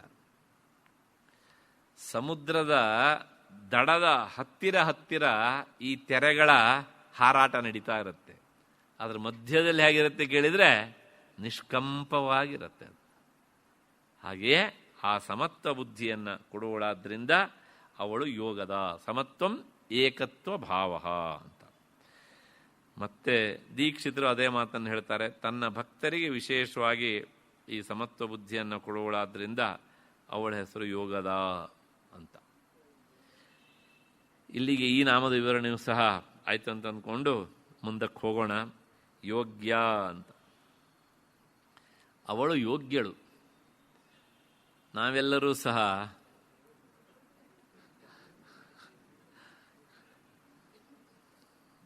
ನಾವು ಬೇರೆಯವರ ಎದುರಿನಲ್ಲಿ ಹೇಳಿದಾಗ ಒಪ್ಕೊಳ್ಳೋದು ಕಷ್ಟ. ಆದರೆ ಜಗನ್ಮಾತೆ ಎದುರಿನಲ್ಲಾದರೂ ಪ್ರಾಮಾಣಿಕವಾಗಿ ನಾವು ಅಯೋಗ್ಯರು ಅಂತ ಒಪ್ಕೊಬೋಣ ಅಲ್ವಾ? ಅಷ್ಟರ ಮಟ್ಟಿಗಾರು ನಮ್ಮ ಬುದ್ಧಿಯ ದೊಡ್ಡತನವನ್ನು ಮೆರೆಯೋಣ, ತಪ್ಪೇನಿಲ್ಲ. ಅಮ್ಮನ ಎದುರಿನಲ್ಲಿ ಅಮ್ಮ ನಾನು ನಿನ್ನಷ್ಟು ಯೋಗ್ಯನಲ್ಲ ಅಂದ್ರೂ ಒಂದೇ, ನಾನು ಅಯೋಗ್ಯ ಅಂದ್ರೂ ಒಂದೇ. ನಮಗೆ ಆ ಸೇರಿಸ್ಬಿಟ್ರೆ ಅದೇನೋ ಬೇಜಾರ. ನಾನು ಯೋಗ್ಯನಲ್ಲ ಅಂತ ಹೇಳಿದ್ರೆ ಅಷ್ಟು ಬೇಜಾರಿಲ್ಲ. ಆದರೆ ಅಯೋಗ್ಯ ಅಂದ್ಬಿಟ್ರೆ ತೀರಾ ಬೈಗಳದ ಶಬ್ದ. ನೀನು ಯೋಗ್ಯನಲ್ವಾ ಅಂದ್ರೆ ಏನೋ ಅನ್ನ, ನೀನು ಅಯೋಗ್ಯ ಅಂದ್ರೆ ಹೇಳಬಾರ್ದು ಹೇಳ್ಬಿಟ್ರು ಕಣ್ರಿ ಅಲ್ವಾ? ಯೋಗ್ಯನಲ್ಲ ಅಂದ್ರೂ ಒಂದೇ, ಅಯೋಗ್ಯ ಅಂದ್ರೂ ಸಹ ಒಂದೇ. ಆದ್ರೆ ನಮ್ಗೇನೋ ಆ ಕರ್ಣೇಂದ್ರಿಯಕ್ಕೆ ಸ್ವಲ್ಪ ಅಯೋಗ್ಯ ಅನ್ನೋ ಶಬ್ದಕ್ಕಿಂತ ಯೋಗ್ಯನಲ್ಲ ಅನ್ನೋದು ಹಿತ. ಅಷ್ಟರ ಮಟ್ಟಿಗೆ ಅದು ಆಗ್ಬೋದು ಹೀಗೆ ಅಂತ. ಆದರೆ ವಾಸ್ತವಿಕವಾಗಿ ಅವಳು ಮಾತ್ರ ಪ್ರಪಂಚದಲ್ಲಿ ಯೋಗ್ಯಳು. ನಾವು ಯಾರೂ ಸಹ ಯೋಗ್ಯರಲ್ಲ. ಅಂದರೆ ಇಂಡೈರೆಕ್ಟ್ ಅಯೋಗ್ಯರೇ. ಯಾಕೆ ಕೇಳಿದರೆ, ಯಾಕೆ ಹಾಗಿದ್ರೆ ಅವಳು ಯೋಗ್ಯಳು ಅಂದರೆ, ಯೋಗಕ್ಕೆ ವಿಷಯಳಾದ್ದರಿಂದ ಅವಳು ಯೋಗ್ಯಳು. ಅಂದರೆ ಯೋಗಶಾಸ್ತ್ರದಿಂದ ತಿಳಿಯಲ್ಪಡಬೇಕಾದವಳಾದ್ದರಿಂದ ಅವಳು ಯೋಗ್ಯಳು. ನಾವು ಯೋಗಶಾಸ್ತ್ರದಿಂದ ತಿಳಿಯಲ್ಪಡಬೇಕಾದವರ ಅಥವಾ ನಾವೇ ಯೋಗಶಾಸ್ತ್ರವನ್ನು ಅಧ್ಯಯನ ಮಾಡಬೇಕಾದವರ? ಹೌದು ತಾನೆ? ಆದ್ದರಿಂದ ಯೋಗಶಾಸ್ತ್ರದಿಂದ ತಿಳಿಯಲ್ಪಡಬೇಕಾದ್ರಿಂದ ಅವಳು ಯೋಗ್ಯಳು. ವಿಷ್ಣು ಪುರಾಣ ಹೇಳುತ್ತೆ ನೋಡಿ ಅದನ್ನ. ಹೇಗೆ ಕೇಳಿದ್ರೆ, ಜ್ಞಾನೇಂದ್ರಿಯಾಣಿ ಸರ್ವಾಣಿ ನಿಗೃಹ್ಯ ಮನಸಾ ಸಹ ಏಕತ್ವ ಭಾವನಾ ಯೋಗ ಕ್ಷೇತ್ರಜ್ಞ ಪರಮಾತ್ಮನೋ. ಸ್ವಾರಸ್ಯ ಹೇಳ್ತಾ ಇರೋದು ವಿಷ್ಣು ಪುರಾಣ. ಹೇಳ್ತಾ ಜಗನ್ಮಾತೆಯ ವಿಷಯಕ್ಕೆ ಸಂಬಂಧಪಟ್ಟಂತೆ ಈ ಮಾತನ್ನ ಹೇಳುತ್ತೆ. ಅಂದರೆ ನಾನು ಯಾಕೆ ಹೇಳ್ತೇನೆ ಅಂದರೆ, ಭಾರತೀಯ ತತ್ವಶಾಸ್ತ್ರದಲ್ಲಿ ನೀವು ಲಿಂಗಗಳನ್ನು ನೋಡುವುದು ಆರೋಪಿತವಾಗಿ ಅಷ್ಟೇ ಹೊರತೂ ಸಹ ವಾಸ್ತವಿಕವಾದ ನೆಲೆಯಲ್ಲಿ ಇಲ್ಲ. ಇದು ನಮಗೆ ನಿಚ್ಚಳ ಆಗ್ತಾ ಹೋಗಬೇಕು ದಿನದಿಂದ ದಿನಕ್ಕೆ. ಆಗ ಏನಾಗುತ್ತೆ ಕೇಳಿದರೆ, ನೀವು ಕಾವ್ಯವನ್ನಾದರೂ ನೋಡಿ, ಪುರಾಣವನ್ನಾದರೂ ನೋಡಿ, ಮಂತ್ರಶಾಸ್ತ್ರವನ್ನಾದರೂ ನೋಡಿ, ತಂತ್ರಶಾಸ್ತ್ರವನ್ನಾದರೂ ನೋಡಿ, ಅಲ್ಲಿ ವೇದಾಂತವೇ ಕಾಣುತ್ತದೆ. ಯಾರಿಗೆ ಈ ದೃಷ್ಟಿ ಇರೋದಿಲ್ವೋ ವೇದಾಂತ ನೋಡಿದ್ರೂ ಸಹ ಕಾವ್ಯವೇ ಕಾಣೋದು ಅಥವಾ ಶೃಂಗಾರವೇ ಕಾಣೋದು, ಗ್ರಹಚಾರ. ಹಾಗಾಗಿ ನಾವು ಯಾವುದನ್ನು ನೋಡುವುದನ್ನು ಅಭ್ಯಾಸ ಮಾಡಬೇಕು ಕೇಳಿದ್ರೆ ಆ ವೇದಾಂತದ ಕಣ್ಣಿರ್ಬೇಕು ನಮ್ಗೆ. ಅದಕ್ಕೋಸ್ಕರ ಭಗವತ್ಪಾದರು ಒಂದು ಮಾತು ಹೇಳ್ತಾರೆ, ದೃಷ್ಟಿಂ ಜ್ಞಾನಮಯೀಂ ಕೃತ್ವ ಪಶ್ಯೇದ್ ಬ್ರಹ್ಮಮಯಂ ಜಗತ್. ಎಂಥ ಮಾತು! ನೀವು ಇಲ್ಲಿ ಶುದ್ಧ ಮಾಡ್ಕೊಳ್ಳದೆ ಇದ್ರೆ ಹೊರಗಡೆ ಅಷ್ಟೂ ಸಹ ಅಶುದ್ಧವಾಗಿಯೇ ಕಾಣೋದು. ಇಲ್ಲಿ ಶುದ್ಧ ಮಾಡಿಕೊಂಡ್ರೆ ಎಲ್ಲವೂ ಶುದ್ಧವೇ ಅಲ್ವಾ? ನಮ್ಮ ದೃಷ್ಟಿ ಅಂದರೆ ಕೇವಲ ಹೊರಗಿನದು ಅಂತ ಅಷ್ಟೇ ಅರ್ಥ ಅಲ್ಲ, ಒಳಬಗೆಯ ಚಿಂತನೆ. ಅದು ನಮ್ಮ ಸಂಸ್ಕಾರದಿಂದ ಕೆಲವು ಸಲ ಬರ್ತದೆ. ಯಾವಾಗಲೂ ಸಾಮಾನ್ಯವಾಗಿ ನಮ್ಮ ಹಿರಿಯರು ಒಂದು ಮಾತು ಹೇಳ್ತಾರೆ, ಬಸ್ಸಲ್ಲಿ ಪ್ರಯಾಣ ಮಾಡ್ತಾ ಇರಬೇಕಿದ್ರೆ ಒಬ್ಬನ ಜೇಬಿಗೆ ಕೈ ಹಾಕಿ ಅವನ ದುಡ್ಡು ತೆಗೆದುಬಿಟ್ಟ, ಪಿಕ್ ಪಾಕೆಟ್ ಆಗೋಯ್ತು, ಕಳ್ಕೊಂಡ, ಎಡ್ಜಿಕೊಳ್ಟು ಕಳ್ಕೊಂಡ. ಈಗ ಒಬ್ಬ ವಿಚಾರವಂತನಾದವನು ಏನು ವಿಚಾರ ಮಾಡ್ತಾನೆ? ವಿಚಾರವಂತನಲ್ಲದೇ ಇರುವವನು ಏನು ವಿಚಾರ ಮಾಡ್ತಾನೆ ನೋಡಿ. ಅವರವರ ಸಂಸ್ಕಾರದ ಮೇಲೆ ಹೋಗುತ್ತೆ ಇದು ಹಾಗೆ ಅಂತ. ಪಿಕ್ ಪಾಕೆಟ್ ಮಾಡ್ಕೊಂಡ ಒಬ್ಬ, ಅವನು ಸಾಮಾನ್ಯ ವ್ಯಕ್ತಿ ಆಗಿದ್ದ. ಆಗ ಅವನೇನು ವಿಚಾರ ಮಾಡ್ತಾನೆ, 1000 ರೂಪಾಯಿ ಕಳ್ಕೊಂಡ. ಒಂದು ನಿಮಿಷದಲ್ಲಿ ಆ ಕಳ್ಳ ನನ್ನ ಕದ್ದು 1000 ರೂಪಾಯಿ ಗಳಿಸ್ಬಿಟ್ನಲ್ಲಪ್ಪ, ಎಂಥ ಒಳ್ಳೆ ಲಕ್ ಅವಂದು ಅಲ್ವಾ. ನಾಳೆ ನಾನು ಯಾಕೆ ಈ ಕೆಲಸ ಮಾಡಬಾರ್ದು? ಒಂದು ನಿಮಿಷ ಅಲ್ವಾ. ಅವನ ದೃಷ್ಟಿ ಹಾಗೆ, ಅವನ ಸಂಸ್ಕಾರಕ್ಕೆ ಅದು ಸರಿ. ಆದರೆ ಇನ್ನೊಬ್ಬ ವಿಚಾರ ಮಾಡುವಂಥವನು, ಸಂಸ್ಕಾರವಂತ ನಾವು ಏನು ಮಾಡ್ತಾನೆ ಕೇಳಿದರೆ, ಇನ್ನು ಮುಂದೆ ಇಂಥವರಿಗೆ ನಾನು ನನ್ನ ದುಡ್ಡನ್ನು ಕೊಡಬಾರ್ದು, ಹೌದು ತಾನೆ. ಹಾಗಾಗಿ ಯಾವ ಕಾರಣಕ್ಕೂ ಸಹ ನನ್ನ ದುಡ್ಡು ಅವರಿಗೆ ಸೇರದೇ ಇರುವಾಗ ನಾನು ವ್ಯವಸ್ಥೆ ಮಾಡ್ಕೊಳ್ಬೇಕು. ಒಂದು, ನಾನು ಜಾಗರೂಕನಾಗಿ ಇರಬೇಕು, ಹೌದು ತಾನೆ. ಹಾಗೆ ಎರಡೂ ವಿಚಾರವೇ. ಮೊದಲನೇದು ಎಂಥದ್ದು ಕೇಳಿದ್ರೆ ಅಶುದ್ಧವಾದಂತಹ ದೃಷ್ಟಿ, ನಂತರದ್ದು ಶುದ್ಧವಾದಂತಹ ದೃಷ್ಟಿ. ಹೀಗೆ ಜಗನ್ಮಾತೆ ಅವಳು ಯೋಗ್ಯಳು ಅಂದರೆ ನಾವು ಹೇಗೆ ನೋಡಬೇಕು ಅಂತ ವೇದಾಂತ ಹೇಳುತ್ತೆ, ವಿಷ್ಣು ಪುರಾಣ. ನೀನು ಯಾವಾಗಲೂ ಹೀಗೆ ನೋಡು, ಸಮತ್ವ ಬುದ್ಧಿಯಿಂದ ನೋಡು. ಆ ಯೋಗ ಅನ್ನೋದು ಬರಬೇಕಿದ್ರೆ ಹೊರಗಡೆಯಿಂದ ನೀನು ಯೋಗ ನೋಡ್ಲಿಕ್ಕೆ ಸಾಧ್ಯನೇ ಇಲ್ಲ. ಎಲ್ಲರೂ ಸಹ ದೇಹದ ದೃಷ್ಟಿಯಿಂದಲೇ ಬೇರೆ ಬೇರೆನೇ ಅಲ್ವಾ. ಬಣ್ಣ ಬೇರೆ, ಲಿಂಗ ಬೇರೆ, ವಯಸ್ಸು ಬೇರೆ, ಪ್ರದೇಶ ಬೇರೆ, ಎಲ್ಲವೂ ಬೇರೆ. ಆದರೆ ನಮ್ಮೊಳಗಿರುವಂತಹ ಚೈತನ್ಯ ಮಾತ್ರ ಎಲ್ಲರಲ್ಲೂ ಇರುವುದು, ಅದು ಸಮಾನ. ಅದನ್ನು ಹೇಳುತ್ತೆ ವಿಷ್ಣು ಪುರಾಣ. ಅದಕ್ಕೆ ಏನು ಬೇಕು ಕೇಳಿದರೆ ಸ್ವಲ್ಪ ಸಾಧನೆ ಬೇಕು ಅಂತ ಹೇಳುತ್ತೆ. ಜ್ಞಾನೇಂದ್ರಿಯಾಣಿ ಸರ್ವಾಣಿ, ಜ್ಞಾನೇಂದ್ರಿಯಗಳು 5 ಇವೆ. ಈ ಜ್ಞಾನೇಂದ್ರಿಯಗಳು ನಮಗೆ ಜ್ಞಾನ ಕೊಡ್ತವೆ ಅನ್ನೋದು ಎಷ್ಟು ಸತ್ಯವೋ, ಆಗಾಗ ನಮ್ಮನ್ನು ಕೈಕಾಲು ಹಿಡಿದು ಎಳೀತವೆ ಅನ್ನೋದು ಅಷ್ಟೇ ಸತ್ಯ ಹೊರಬಗೆಯಲ್ಲಿ. ಅದಕ್ಕೋಸ್ಕರ ಮೊದಲು ಹೇಳುತ್ತೆ, ಸಂಯಮ್ಯ ಇವುಗಳನ್ನು ನೀನೇನು ಮಾಡು, ಕಟ್ಟಿ ಹಾಕು ಮೀನ್ಸ್ ನಿಗ್ರಹ ಮಾಡು. ಅಂದರೆ ನಿನ್ನ ಕಣ್ಣು ಏನೆಲ್ಲ ನೋಡುತ್ತೋ ಅದು ಸತ್ಯ ಅಂತ ಅಂದ್ಕೊಳ್ಬೇಡ. ಯಾಕೆ ಈ ಮಾತನ್ನು ಹೇಳ್ತೇನೆ ಅಂದರೆ ನೋಡಿ, ಇಲ್ಲಿಂದ 4 ಕಿಲೋಮೀಟರ್ ಅಂತರದಲ್ಲಿ ವಿಮಾನ ಹಾರತ್ತೆ. ಆ ವಿಮಾನ ನಮಗೆ ಎಷ್ಟುದ್ದ ಕಾಣುತ್ತೆ? ಇಷ್ಟುದ್ದ ಕಾಣುತ್ತೆ. ನಮ್ಮದೇ ಕಣ್ಣಲ್ಲಿ ನೋಡಿದ್ದೇವೆ. ಆದರೆ ಕಣ್ಣು ನಮಗೆ ಯಥಾರ್ಥವನ್ನು ತಿಳಿಸ್ತಾ? ಹಾಗಿದ್ರೆ ಅದು ಲ್ಯಾಂಡ್ ಆದಾಗ ನೋಡಿ ಎಷ್ಟಿದೆ ಅಂತ, ಹೌದು ತಾನೆ. ಹಾಗಿದ್ರೆ ಏನು ಗೊತ್ತಾಯ್ತು ಕೇಳಿದ್ರೆ, ನನ್ನ ಕಣ್ಣು ಏನನ್ನ ನೋಡಿದೆಯೋ ಅದು ಪೂರ್ತಿ ಯಥಾರ್ಥವನ್ನು ನನಗೆ ತಿಳಿಸ್ಕೊಡೋದಿಲ್ಲ, ಹೌದು ತಾನೆ. ಹೀಗೆ ಎಲ್ಲ ಇಂದ್ರಿಯಗಳ ಹಣೆ ಬರುವ ಇಷ್ಟೇ. ಅಂದರೆ ಇಂದ್ರಿಯಗಳಿಂದ ಬಂದದ್ದು ಅದು ಲಿಮಿಟೆಡ್ ಜ್ಞಾನ, ಆದರೂ ಕೆಲವು ಸಲ ಮೋಸಗೊಳಿಸುವ ಜ್ಞಾನ. ಅದಕ್ಕೋಸ್ಕರ ಅವುಗಳನ್ನು ಸಂಯಮ್ಯ, ಸಾಧ್ಯವಾದಷ್ಟು ನಿಯಂತ್ರಿಸು. ಮತ್ತೆ ನಿಗೃಹ್ಯ ಮನಸಾ ಸಹ, ಅವಳನ್ನೇನು ಮಾಡು, ಮನಸ್ಸಿನ ಜೊತೆಗೆ ಅದನ್ನು ಬಳಸ್ಕೊ. ಮನಸ್ಸನ್ನು ನಿಗ್ರಹ ಮಾಡಲೇಬೇಕು. ಮನಸಾ ಸಹ ಸರ್ವೇಂದ್ರಿಯಾಣಿ ಸಂಯಮ್ಯ. ಅಕಸ್ಮಾತ್ತಾಗಿ 5 ಇಂದ್ರಿಯಗಳನ್ನೇನೋ ನಿಗ್ರಹ ಮಾಡಿದ್ವಿ. ಕಣ್ಣಲ್ಲಿ ನಾನು ನೋಡಿದ್ರು ಸಹ ನೋಡದೇ ಇದ್ದಂಗಿರ್ತೇನೆ, ಸರಿ ಇದ್ದೀರಪ್ಪ. ಒಳಗಡೆಯಿಂದ ಮನಸ್ಸು ಆ ಕಣ್ಣಿನ ಮೂಲಕನೇ ತಾನೇ ಪ್ರಪಂಚ ನೋಡೋದು, ಕಿವಿಯ ಮೂಲಕ ತಾನೇ ಮನಸ್ಸು ಕೇಳೋದು ಅಲ್ವಾ.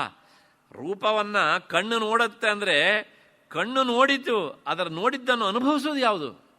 ಮನಸ್ಸು. ತಾನು ಅನುಭವಿಸೋದಕ್ಕೆ 5 ಸೇವಕರನ್ನು ಇಟ್ಕೊಂಡಿರ್ತದೆ ಯಾವಾಗಲೂ ಸಹ. ಅದಕ್ಕೋಸ್ಕರ ನಾವು ವಾಸ್ತವಿಕವಾಗಿ ಜ್ಞಾನೇಂದ್ರಿಯಗಳನ್ನು ನಿಗ್ರಹಿಸಬೇಕು. ಮೀನ್ಸ್ ಜ್ಞಾನೇಂದ್ರಿಯಗಳ ಹಿಂದಿರುವಂತಹ ಮನಸ್ಸನ್ನು ನಿಗ್ರಹಿಸಬೇಕು. ಅದನ್ನು ನಿಗ್ರಹಿಸದೆ ಈ ಪಂಚ ಜ್ಞಾನೇಂದ್ರಿಯಗಳನ್ನು ನಿಗ್ರಹಿಸಿದರೆ ಅಷ್ಟೇ ಸಾಕಾ ಅಂದರೆ ಸಾಕಾಗೋದಿಲ್ಲ. ಭಗವಂತನೇ ಒಂದು ಉದಾಹರಣೆ ಕೊಡ್ತಾನೆ. ಗೋಡೆಯ ಒಳಗಡೆ ಇಲಿಯನ್ನಿಟ್ಟು ಪ್ಲಾಸ್ಟರ್ ಮಾಡಿ ಹೇಗಿರುತ್ತೋ ಹಾಗಿರುತ್ತೆ ಅಂತ. ಏನು ಮಾಡುತ್ತೆ ಅದು ಹೇಳಿ? ಇನ್ನೊಂದು ಕಡೆ ತೂತನ್ನ ಮಾಡುತ್ತೆ ಅಲ್ವಾ. ಹಾಗೆ ನೀವು ಒಂದು ಕೆಲಸ ಮಾಡಿ, ನೀವು ಆ ಇಲಿಯನ್ನೇ ತೆಗೆದು ಬಿಡಿ, ಅವಾಗ ಮತ್ತೆ ಪುನಃ ಗೋಡೆ ತೂತಾಗೋದಿಲ್ಲ. ಹಾಗಾಗಿ ವಿಶೇಷವಾಗಿ ನಾವು ನಿಗ್ರಹಿಸಬೇಕಾದದ್ದು ಮನಸ್ಸನ್ನ. ಕರ್ಮೇಂದ್ರಿಯಾಣಿ ಸಂಯಮ್ಯ ಯಾಸ್ತೆ ಮನಸಾಸ್ಮ ಇಂದ್ರಿಯಾರ್ಥಾನ್ ವಿಮೂಢಾತ್ಮ ಮಿಥ್ಯಾಚಾರ ಸೌಚ್ಯತೆ. ಅವನು ಮಿಥ್ಯಾಚಾರಿ, ಡಂಭಾಚಾರಿ ಅವನು. ಇದನ್ನೇ ಕನ್ನಡದಲ್ಲಿ ಹೇಳಿದ್ರು, ಕರದಳು ಜಪಮಣಿ ಅಂತ. ಓಂ ನಮಃ ಶಿವಾಯ, ಪರ್ರಗಂಟೆ ಉಪಾಯ ಅಂತ. ಇದೆಲ್ಲ ಈ ಎಲ್ಲ ಹಿನ್ನೆಲೆಯಲ್ಲೇ ಬಂದದ್ದು. ಬಾಯಿ ಹೇಳ್ತಾ ಇರುತ್ತೆ, ಮನಸ್ಸು ಒಳಗಡೆಯಿಂದ. ಯಾಕೆಂದ್ರೆ ಮನಸ್ಸು ಒಳಗಡೆಯಿಂದ ನಿಗ್ರಹ ಈತ ಆಗದೆ ಇದ್ದರೆ ಈ ಎಲ್ಲ ಸಮಸ್ಯೆಗಳು ಇದ್ದೇ ಇರ್ತವೆ. ನನ್ನನ್ನು ಸೇರಿಸ್ಕೊಂಡು ಈ ಮಾತನ್ನು ಹೇಳ್ತೇವೆ. ಅರ್ಧ ಗಂಟೆ ದೇವ್ರ ಮೇಲೆ ಕೂತಿರ್ತೇವೆ, ಕಣ್ಣು ಮುಚ್ಚಿರ್ತೇವೆ, ಆದರೆ ಮನಸ್ಸು ನಿಗ್ರಹಕ್ಕೆ ಬಂದಿರೋದಿಲ್ಲ. ಅದಕ್ಕೋಸ್ಕರ ಜ್ಞಾನೇಂದ್ರಿಯಾಣಿ ಸರ್ವಾಣಿ ನಿಗ್ರಹ್ಯ ಮನಸಾ ಸಹ, ಎಲ್ಲೆಲ್ಲಿ ಜ್ಞಾನೇಂದ್ರಿಯಗಳ ನಿಗ್ರಹ ಅಂತ ಹೇಳುತ್ತೆ ವೇದಾಂತ, ಅಲ್ಲಿ ಮನಸ್ಸನ್ನು ಸೇರಿಸಿಕೊಂಡೇ ಹೇಳುತ್ತೆ. ಅದಕ್ಕೋಸ್ಕರ ಆಮೇಲೆ ಏಕತ್ವ ಭಾವನಾ ಯೋಗ. ಈಗ ನಿಗ್ರಹ ಮಾಡದೆ ಅಲ್ವಾ, ಮನಸ್ಸನ್ನು, ಕಣ್ಣಿಗೆ ಕೆಲಸ ನಿಲ್ಲಿಸ್ಬಿಡು, ಕಿವಿ ಕೆಲಸ ನಿಲ್ಲಿಸು, ತ್ವಗಿಂದ್ರಿಯ ಕೆಲಸ ನಿಲ್ಲಿಸು, ಇದ್ರ ಕೆಲಸ ಎಲ್ಲದನ್ನು ನಿಲ್ಲಿಸು. ಆಮೇಲೆ ಮನಸ್ಸು ಒಳ ಬಗೆಯೆಲ್ಲ ವಿಚಾರ ಮಾಡಲಿ. ಈಗ ನಾನು ಒಳಗಲಿ ವಿಚಾರ ಮಾಡ್ತಾ ಇದ್ದೇನೆ. ವಿಚಾರ ಮಾಡ್ತಾ ಇರೋ ಮನಸ್ಸಿಗೆ ಈ ಚಿಂತನೆ ಶಕ್ತಿ ಎಲ್ಲಿಂದ ಬಂತು? ಈ ಚಿಂತನಾ ಶಕ್ತಿ ಅಂತ ನಾವೇನು ಹೇಳ್ತೇವಲ್ಲ, ಇದು ಜೀವಾತ್ಮ ಅಂತ ದೇಹದ ಒಳಗಿರುವಂತಹ ಚೈತನ್ಯದಿಂದ. ಆದರೆ ಇಲ್ಲಿ ಸಿಕ್ಕ ಹಾಕ್ಕೊಂಡಿದ್ರಿಂದ ಇದಕ್ಕೆ ಜೀವಾತ್ಮ ಅಂತ ಹೆಸರು. ಇದರ ಆಚೆನೂ ಸಹ ಅದು ಇರಬೇಕಲ್ವಾ? ಇಫ್ ಗಾಡ್ ಈಸ್ ಎವ್ರಿವೇರ್, ಹೌದು ತಾನೆ? ಹಾಗಿದ್ರೆ ಇದು ಬೇರೆ ಅಲ್ಲ, ಅದು ಬೇರೆ ಅಲ್ಲ. ಬೇರೆ ಅಂತ ಕಾಣೋದಕ್ಕೆ ಕಾರಣ ಇದೊಂದು ಮಾಧ್ಯಮ, ದೇಹ ಎನ್ನುವಂಥ ಒಂದು ಮಾಧ್ಯಮ. ಇದು ಒಂದು ದಿನದ ಅಲ್ಲ, ಒಂದು ಜನ್ಮದ್ದಲ್ಲ. ಅವರವರ ಸಾಧನೆಯ ಪರಿಪಕ್ವತೆಗೆ ಎಷ್ಟು ಬೇಕೋ ಅಷ್ಟು. ಇದೇ ವೇದಾಂತ ತಪಸ್ಸು ಅಂತ ಕರೆಯುತ್ತೆ. ವಿಚಾರ ಅದು ತಪಸ್ಸು. ಈಗ ಏಕತ್ವ ಭಾವನಾ ಯೋಗ. ಕ್ಷೇತ್ರಜ್ಞ ಪರಮಾತ್ಮನೋ. ಕ್ಷೇತ್ರಜ್ಞ, ಕ್ಷೇತ್ರ ಅಂದರೆ ಈ ಶರೀರ, ಈ ಶರೀರವನ್ನು ಅರಿಯುವವನು, ಅವನ ಹೆಸರು ಕ್ಷೇತ್ರಜ್ಞ, ಜೀವಾತ್ಮ ಅಂತ ಅರ್ಥ. ಪರಮಾತ್ಮ ಅವನು ಯೂನಿವರ್ಸಲ್, ಇವನು ಇಂಡಿವಿಜುವಲ್. ಹಾಗಾಗಿ ಇದೆರಡೂ ಸಹ ಬೇರೆ ಅಲ್ಲ. ಯಾಕೆ ಅಲ್ಲ ಕೇಳಿದರೆ, ಒಂದು ನೆನ್ಪಿಟ್ಕೊಳ್ಬೇಕು, ಯಾವಾಗಲೂ ಸಹ ಒಂದು ಇಂಡಿವಿಜುವಲ್ ಅಂತ ಆಗಬೇಕಿದ್ರೆ ಯೂನಿವರ್ಸಲ್ ಇದ್ದಾಗ ಮಾತ್ರ ಆಗತ್ತೆ. ಯೂನಿವರ್ಸಲ್ ಲೆಸ್ ಆದಾಗ ಇಂಡಿವಿಜುವಲ್ ಅಂತ ಆಗೋದೇ ಇಲ್ಲ. ಅಷ್ಟು ಹಿನ್ನೆಲೆಯಲ್ಲಿ ಹೀಗೆ ವಿಚಾರ ಮಾಡುವಂತಹದ್ದು ಅದು ಯೋಗ. ಅಂಥ ಯೋಗಕ್ಕೆ ದೇವಿ ವಿಷಯಳಾದ್ದರಿಂದ, ಆ ಪರಮಾತ್ಮ ಅಂತ ಶಬ್ದ ಹೇಳಿದ್ನಲ್ಲ, ಆ ಪರಮಾತ್ಮ ಅನ್ನೋದು ನಥಿಂಗ್ ಬಟ್ ದೇವಿ. ಪುಲ್ಲಿಂಗ ಅಲ್ಲಿ ಹೇಳಿದ್ದಾರೆ, ಇಲ್ಲಿ ಸ್ತ್ರೀಲಿಂಗ ಅಷ್ಟೇ. ಇದು ಒಂದರ್ಥ. ಎರಡನೇದು, ಗೀತೆಯಲ್ಲಿ ಭಗವಂತ ಹೇಳ್ತಾನೆ, ತಂ ವಿದ್ಯಾ ದುಃಖ ಸಂಯೋಗ ವಿಯೋಗಂ ಯೋಗ ಸಂಜ್ಞಿತಂ ಅಂತ. ಯೋಗ ಅನ್ನೋದಕ್ಕೆ ಅರ್ಥ ಏನು ಅಂದರೆ, ದುಃಖ ಸಂಯೋಗ ವಿಯೋಗವೇ ಯೋಗ. ನಮಗಾಗತ್ತಾ? ಎಷ್ಟರ ಮಟ್ಟಿಗೆ ಕೇಳಿದರೆ, ಯಂ ಲಬ್ಧ್ವಾ ಚಾಪರಂ ಲಾಭಂ ಮನ್ಯತೆ ನಾಧಿಕಂ ತತಃ. ದುಃಖ ಸಂಯೋಗ ವಿಯೋಗ, ಅಂಥ ದುಃಖದ ಸ್ಥಿತಿಯಲ್ಲೂ ಸಹ ನನಗೆ ಏನೂ ಆಗಿಲ್ಲ. ಜನಕನ ಉದಾಹರಣೆಯನ್ನು ಕೊಡುತ್ತೆ ಉಪನಿಷತ್ತು. ಅವನು ರಾಜನಾಗಿದ್ದ, ಯಾರೋ ಬಂದು ಹೇಳದಂತೆ, ನಿನ್ನ ಅರಮನೆಗೆ ಬೆಂಕಿ ಬಿದ್ದು ಹೋಗಿದೆ ಅಂತ. ಆಗ ಅವನು ಹೇಳಿದ ಮಾತು, ಮಮ ಕಿಂಚಿನ್ನ ದಹ್ಯತೆ, ನನಗೇನೂ ಆಗ್ತಾ ಇಲ್ಲ. ಜನಕ ಮಹಾ ಜ್ಞಾನಿಯವನು. ಕೊನೆಗೆ ಮುಂದುವರೆದು ಇನ್ನೊಂದು ಹೇಳ್ತಾರೆ, ನಿನ್ನ ಬಟ್ಟೆಗೆ ಬೆಂಕಿ ಬಿದ್ದು ಹೋಗಿದೆ, ಹಾಕ್ಕೊಂಡಿರೋ ಬಟ್ಟೆ, ಮಮ ಕಿಂಚಿನ್ನ ದಹ್ಯತೆ, ನನಗೇನೂ ಆಗ್ತಾ ಇಲ್ಲ. ಮುಂದೊಂದು ದಿವಸ, ನಿನ್ನ ದೇಹಕ್ಕೇನೋ ಆಗಿದೆ, ಮಮ ಕಿಂಚಿನ್ನ ದಹ್ಯತೆ, ಯಾಕೆಂದ್ರೆ ನಾನು ದೇಹವೂ ಅಲ್ಲ. ಅದು ಏಕತ್ವ ಭಾವ.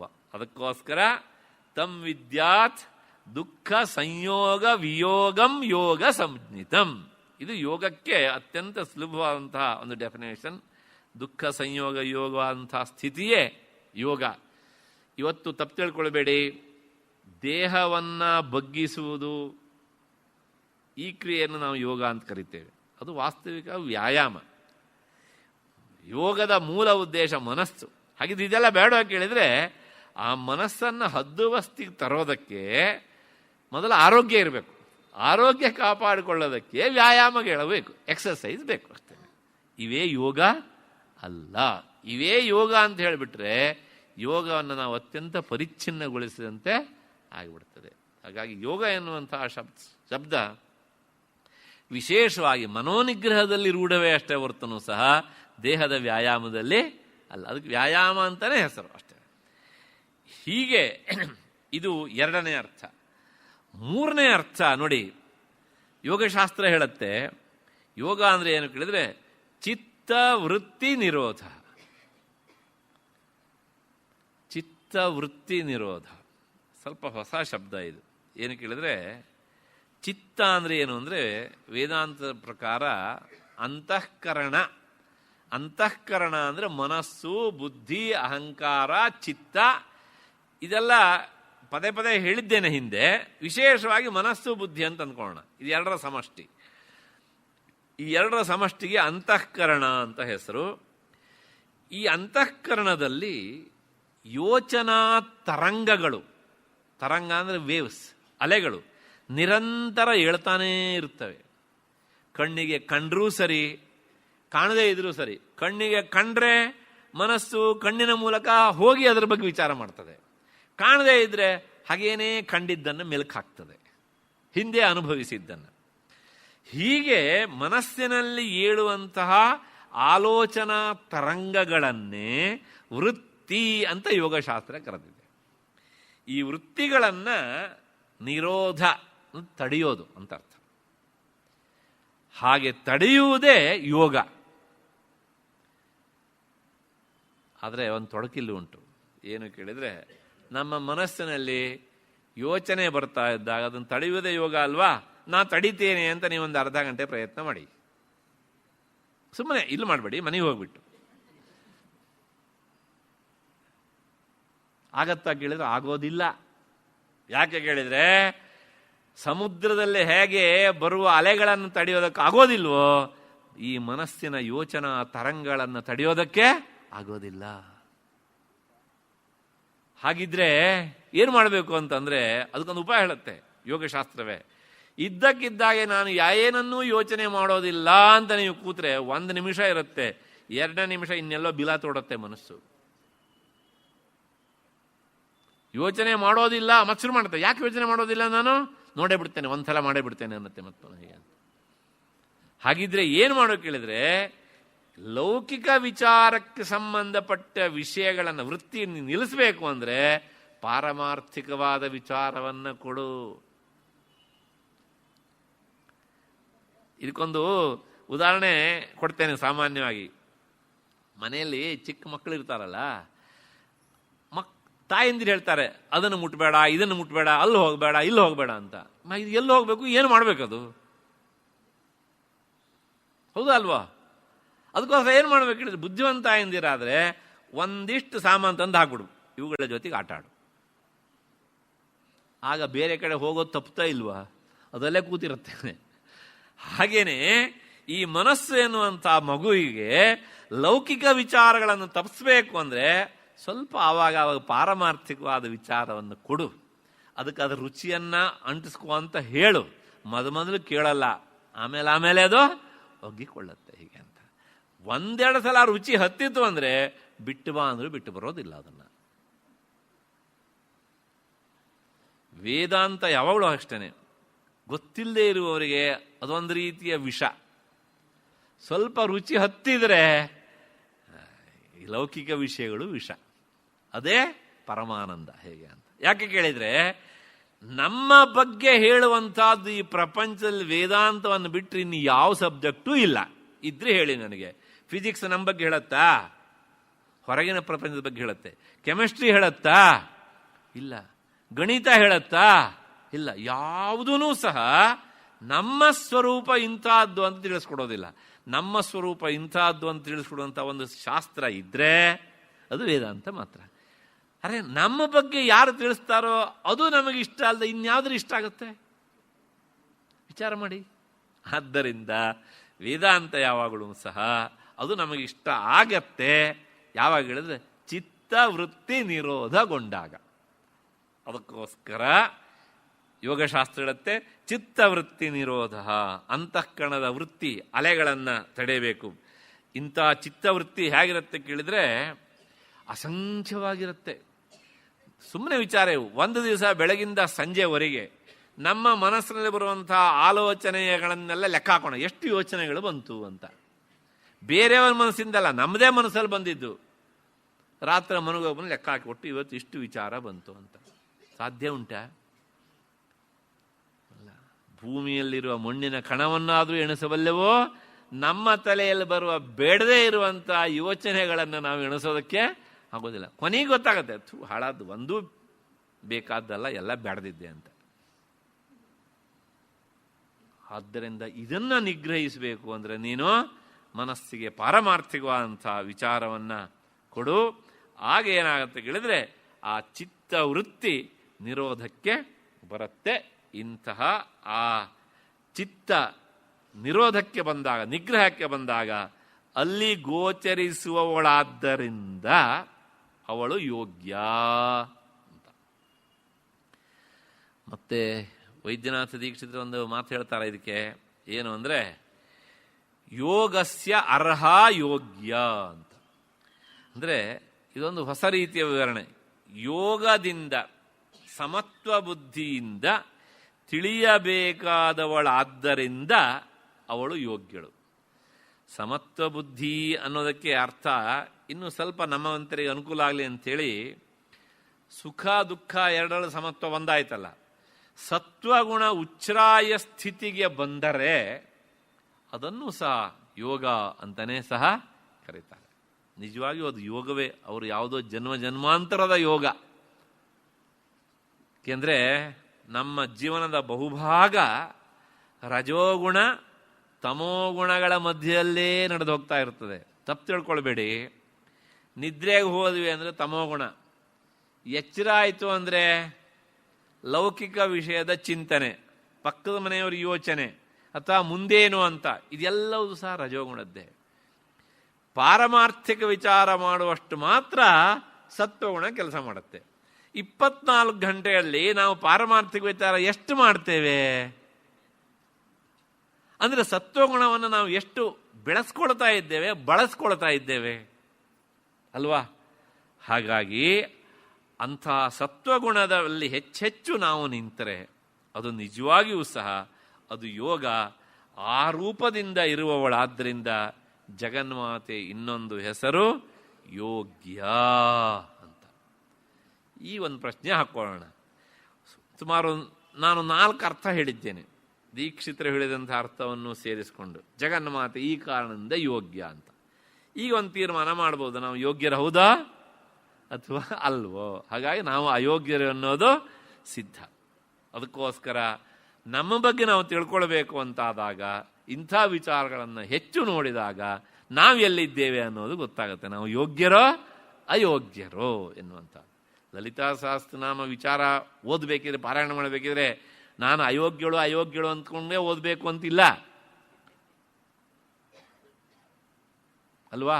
ಹಾಗಿದ್ರೆ ಏನು ಕೇಳಿದರೆ, ನನ್ನ ಈ ಅಯೋಗ್ಯತ್ವವನ್ನು ನೀನು ಯೋಗ್ಯನನ್ನಾಗಿ ಮಾಡು, ಅಲ್ಲಿ ಹೋಗು. ಪಾಸಿಟಿವ್ ಆಗಿ ಚಿಂತನೆ ಮಾಡಿದಾಗ ಪಾರಾಯಣ ಸಾರ್ಥಕ ಆಗುತ್ತೆ. ಅಷ್ಟು ಹಿನ್ನೆಲೆಯಲ್ಲಿ ಮುಂದಿನ ನಾಮ 656ನೇ ನಾಮ ಯೋಗಾನಂದ ಅಂತ. ಇದೊಂದು ವಿಶಿಷ್ಟವಾದ ನಾಮ, ತುಂಬ ವಿವರಣೆಯನ್ನು ಬಯಸುವಂಥ ನಾಮ. ಎಷ್ಟಾಗುತ್ತೋ ಅಷ್ಟು ನೋಡೋಣ, ಮಿಕ್ಕಿದ್ದನ್ನು ಮತ್ತೆ ನಾಳೆ ನೋಡೋಣ. ಯೋಗಾನಂದ. ಯೋಗಾನಂದ ಅನ್ನೋದಕ್ಕೆ ಅರ್ಥ ಯೋಗಾನಂದಳು ಅಂತ ಅಷ್ಟೇ ಅರ್ಥ, ಮೊದಲನೇದು ಶಬ್ದಶಃ ಅರ್ಥ. ಈವರೆಗೆ ನಾವು ಯೋಗ ಅನ್ನೋದಕ್ಕೆ ಸಮತ್ವ ಬುದ್ಧಿ, ಸತ್ವಗುಣದ ಉಚ್ಛ್ರಾಯ ಸ್ಥಿತಿ, ದುಃಖ ಸಂಯೋಗರಹಿತವಾಗುವುದು ಯೋಗ, ಇದೆಲ್ಲವನ್ನೂ ನಾವು ನೋಡ್ಕೊಂಡು ಬಂದ್ವಿ. ಆದರೆ ಈ ನಾಮಕ್ಕೆ ಬಂದಾಗ ಒಂದು ವಿಶಿಷ್ಟವಾದ ಅರ್ಥವನ್ನು ಲಲಿತಾ ಸಹಸ್ರನಾಮದ ವ್ಯಾಖ್ಯಾನ ಹೇಳುತ್ತೆ. ಯೋಗ ಶಿವಶಕ್ತಿ ಸಾಮರಸ್ಯಮೇವ ಆನಂದ. ಶಿವ ಮತ್ತು ಶಕ್ತಿ ಇದರ ಸಾಮರಸ್ಯವೇ ಯೋಗ. ಆ ಸಾಮರಸ್ಯದಲ್ಲಿ ನಿಂತಾಗ ಆಗುವ ಸಂತೋಷವೇ ಆನಂದ. ಅಂದರೆ ಏನು ಹೀಗಂದರೆ, ಶಿವಶಕ್ತಿ ಸಾಮರಸ್ಯ ಅಂದರೆ ಏನು ಅಂದರೆ, ಹಿಂಗೆ ಹೇಳಿದ್ರೆ ಅರ್ಥ ಆಗೋದಿಲ್ಲ ಇದು. ಯಾವಾಗಲೂ ಅಷ್ಟೇ, ಶಿವ ಅನ್ನೋದಕ್ಕೆ ಅರ್ಥ ಪರಬ್ರಹ್ಮ ಅಂತ ಅರ್ಥ, ಶಕ್ತಿ ಅನ್ನೋದಕ್ಕೆ ಅರ್ಥ ಜಗನ್ಮಾತೆ ಅಂತ ಅರ್ಥ. ಶಿವ ಅನ್ನೋದಕ್ಕೆ ಇನ್ನೊಂದು ಅರ್ಥ ಪರಬ್ರಹ್ಮ ಅಂತ ನಾನು ಹೇಳಿದ್ನಲ್ಲ, ಪರಬ್ರಹ್ಮ ಯಾವಾಗಲೂ ಚೈತನ್ಯ, ಶಕ್ತಿ ಯಾವಾಗಲೂ ಚೇತನ ಸ್ವರೂಪಿಣಿ ಆಗಿದ್ರೂ ಸಹ ಆ ಪರಬ್ರಹ್ಮದ ಜೊತೆಗೆ ಸಹಕಾರಿಣಿ ಸಹ ಜಡರೂಪದಿಂದಲೇ ಕಾಣ್ತಾ ಇರ್ತಾರೆ ಯಾವಾಗಲೂ ಸಹ. ಅಲ್ಲಿಗೆ ಒಂದು ಚೇತನ, ಇನ್ನೊಂದು ಜಡ ಆಯ್ತು. ಈ ಪ್ರಪಂಚ ಸಾಗಬೇಕು ಅಂತಾದಾಗ ಕೇವಲ ಜಡದಿಂದ ಏನೂ ಆಗೋದಿಲ್ಲ. ಆಗತ್ತಾ? ಇಲ್ಲ. ಹಾಗಿದ್ರೆ ಕೇವಲ ಚೇತನದಿಂದ ಆಗತ್ತಾ? ಆಗೋದಿಲ್ಲ, ಅದು ಆಗೋದಿಲ್ಲ. ಜಡ ಮತ್ತು ಚೇತನ ಇದು ಎರಡೂ ಸೇರಿದಾಗಲೇ ಲೋಕದ ಕೆಲಸ ಆಗತ್ತೆ. ಕೇವಲ ಚೇತನದಿಂದ ಏನೂ ಆಗೋದಿಲ್ಲ, ಕೇವಲ ಜಡದಿಂದಲೂ ಆಗೋದಿಲ್ಲ. ಈಗ ಒಂದು ಉದಾಹರಣೆ ಕೊಡ್ತೇನೆ. ವಿದ್ಯುತ್ ಇದೆ, ಅದೊಂದು ಚೈತನ್ಯ, ಶಕ್ತಿ, ಎನರ್ಜಿ ಅಂತ ಹೇಳ್ತೇವೆ ಅಲ್ವಾ. ಈಗ ಬರೇ ವಿದ್ಯುತ್ತನ್ನು ನಾವು ಜಡವಾದಂಥ ತಂತಿಯ ಸಹಾಯ ಇಲ್ಲದೇನೆ ಏನಾದರೂ ಮಾಡೋದಕ್ಕೆ ಸಾಧ್ಯನಾ? ಇಲ್ಲ. ಆಯಿತು, ಚೈತನ್ಯವಾದಂತಹ ವಿದ್ಯುತ್ ಇಲ್ಲ, ಬರೇ ತಂತಿ ಇದೆ, ಕೆಲಸ ಆಗತ್ತಾ? ಇಲ್ಲ. ಅಲ್ಲಿಗೆ ಈ ಪ್ರಪಂಚದ ವಾಹನ ಸಾಗಬೇಕು ಅಂತಾದಾಗ ಅದು ಎರಡರ ಸಾಮರಸ್ಯ ಅಂದರೆ ಜಡ ಚೇತನಗಳು ಎರಡೂ ಇರಬೇಕು.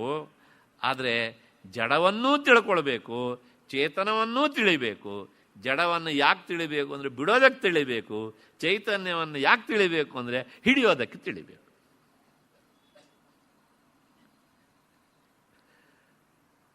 ಶಿವ ಶಕ್ತಿ ಸಾಮರಸ್ಯ, ಜಡಚೇತನಗಳನ್ನು ಎರಡನ್ನೂ ತಿಳಿಬೇಕು. ಅಷ್ಟು ಹಿನ್ನೆಲೆಯಲ್ಲಿ ಹೀಗೆ ತಿಳಿದಾಗ ಆ ಎತ್ತರ ಬೇಡ್ರಿ, ಲೋಕದ ವಿಚಾರನೇ ನೋಡ್ತಾ ನೋಡ್ತಾ ಹೋಗಿ ಎಲ್ಲೋ ಒಂದು ಕಡೆಗೆ ಹೌದಲ್ವಾ, ಓಹ್ ಇದು ಬಿಡಬೇಕಾದ್ದು, ಇದು ಹಿಡಿಬೇಕಾದದ್ದು, ಆಗೇನೋ ಒಂದು ಸಮಾಧಾನ ಸಿಗುತ್ತೆ ನಮಗೆ. ಆ ಸಮಾಧಾನವೇ ಆನಂದ. ಹಾಗಾಗಿ ಅದು ಯೋಗಾನಂದ ಅಂತ. ಅಂದರೆ ಈ ಶಿವಶಕ್ತಿಯರ ಸಾಮರಸ್ಯ ಅದು ಯೋಗ. ಆ ಸಾಮರಸ್ಯವೇ ಅದು ಮುಂದಕ್ಕೆ ಹೋದಾಗ ಜಡ ಎನ್ನುವಂಥದ್ದು ಏನಾಗುತ್ತೆ ಕೇಳಿದ್ರೆ ಪರಬ್ರಹ್ಮಕ್ಕಿಂತ ಬೇರೆ ಅಲ್ಲ ಅಂತ ಅನಿಸ್ಬಿಡುತ್ತೆ. ಯಾಕೆಂದರೆ ಪ್ರತಿಯೊಂದು ಜಡವೂ ಸಹ ಅದು ಆರೋಪಿತವಾಗಿರುತ್ತದೆ. ಆಗ ಉಳಿಯುವುದು ಕೇವಲ ಚೈತನ್ಯ ಮಾತ್ರ, ಅದೇ ಆನಂದ ಅಂತ. ಹಾಗಾಗಿ ಯೋಗಾನಂದ ಎನ್ನುವಂಥದ್ದು ಒಂದು ಅರ್ಥ ಹೇಳಿದ್ದೇನೆ, ಇನ್ನೊಂದು 7-8 ಅರ್ಥ ಇದೆ. ಹಾಗಾಗಿ ನಾಳೆ 6:15 ಸೇರಿದಾಗ ನಮಗೆ ಈ ಯೋಗ ಮತ್ತು ಆನಂದ ಅದೆರಡು ಸಹ ಹೇಗಿರುತ್ತೆ ಅನ್ನೋದನ್ನು ನಾಳೆ ನೋಡೋಣ. ಅಲ್ಲಿವರೆಗೆ ನಿಮಗೆಲ್ಲ ನಮಸ್ಕಾರ ಮತ್ತು ಕೃತಜ್ಞತೆಗಳು.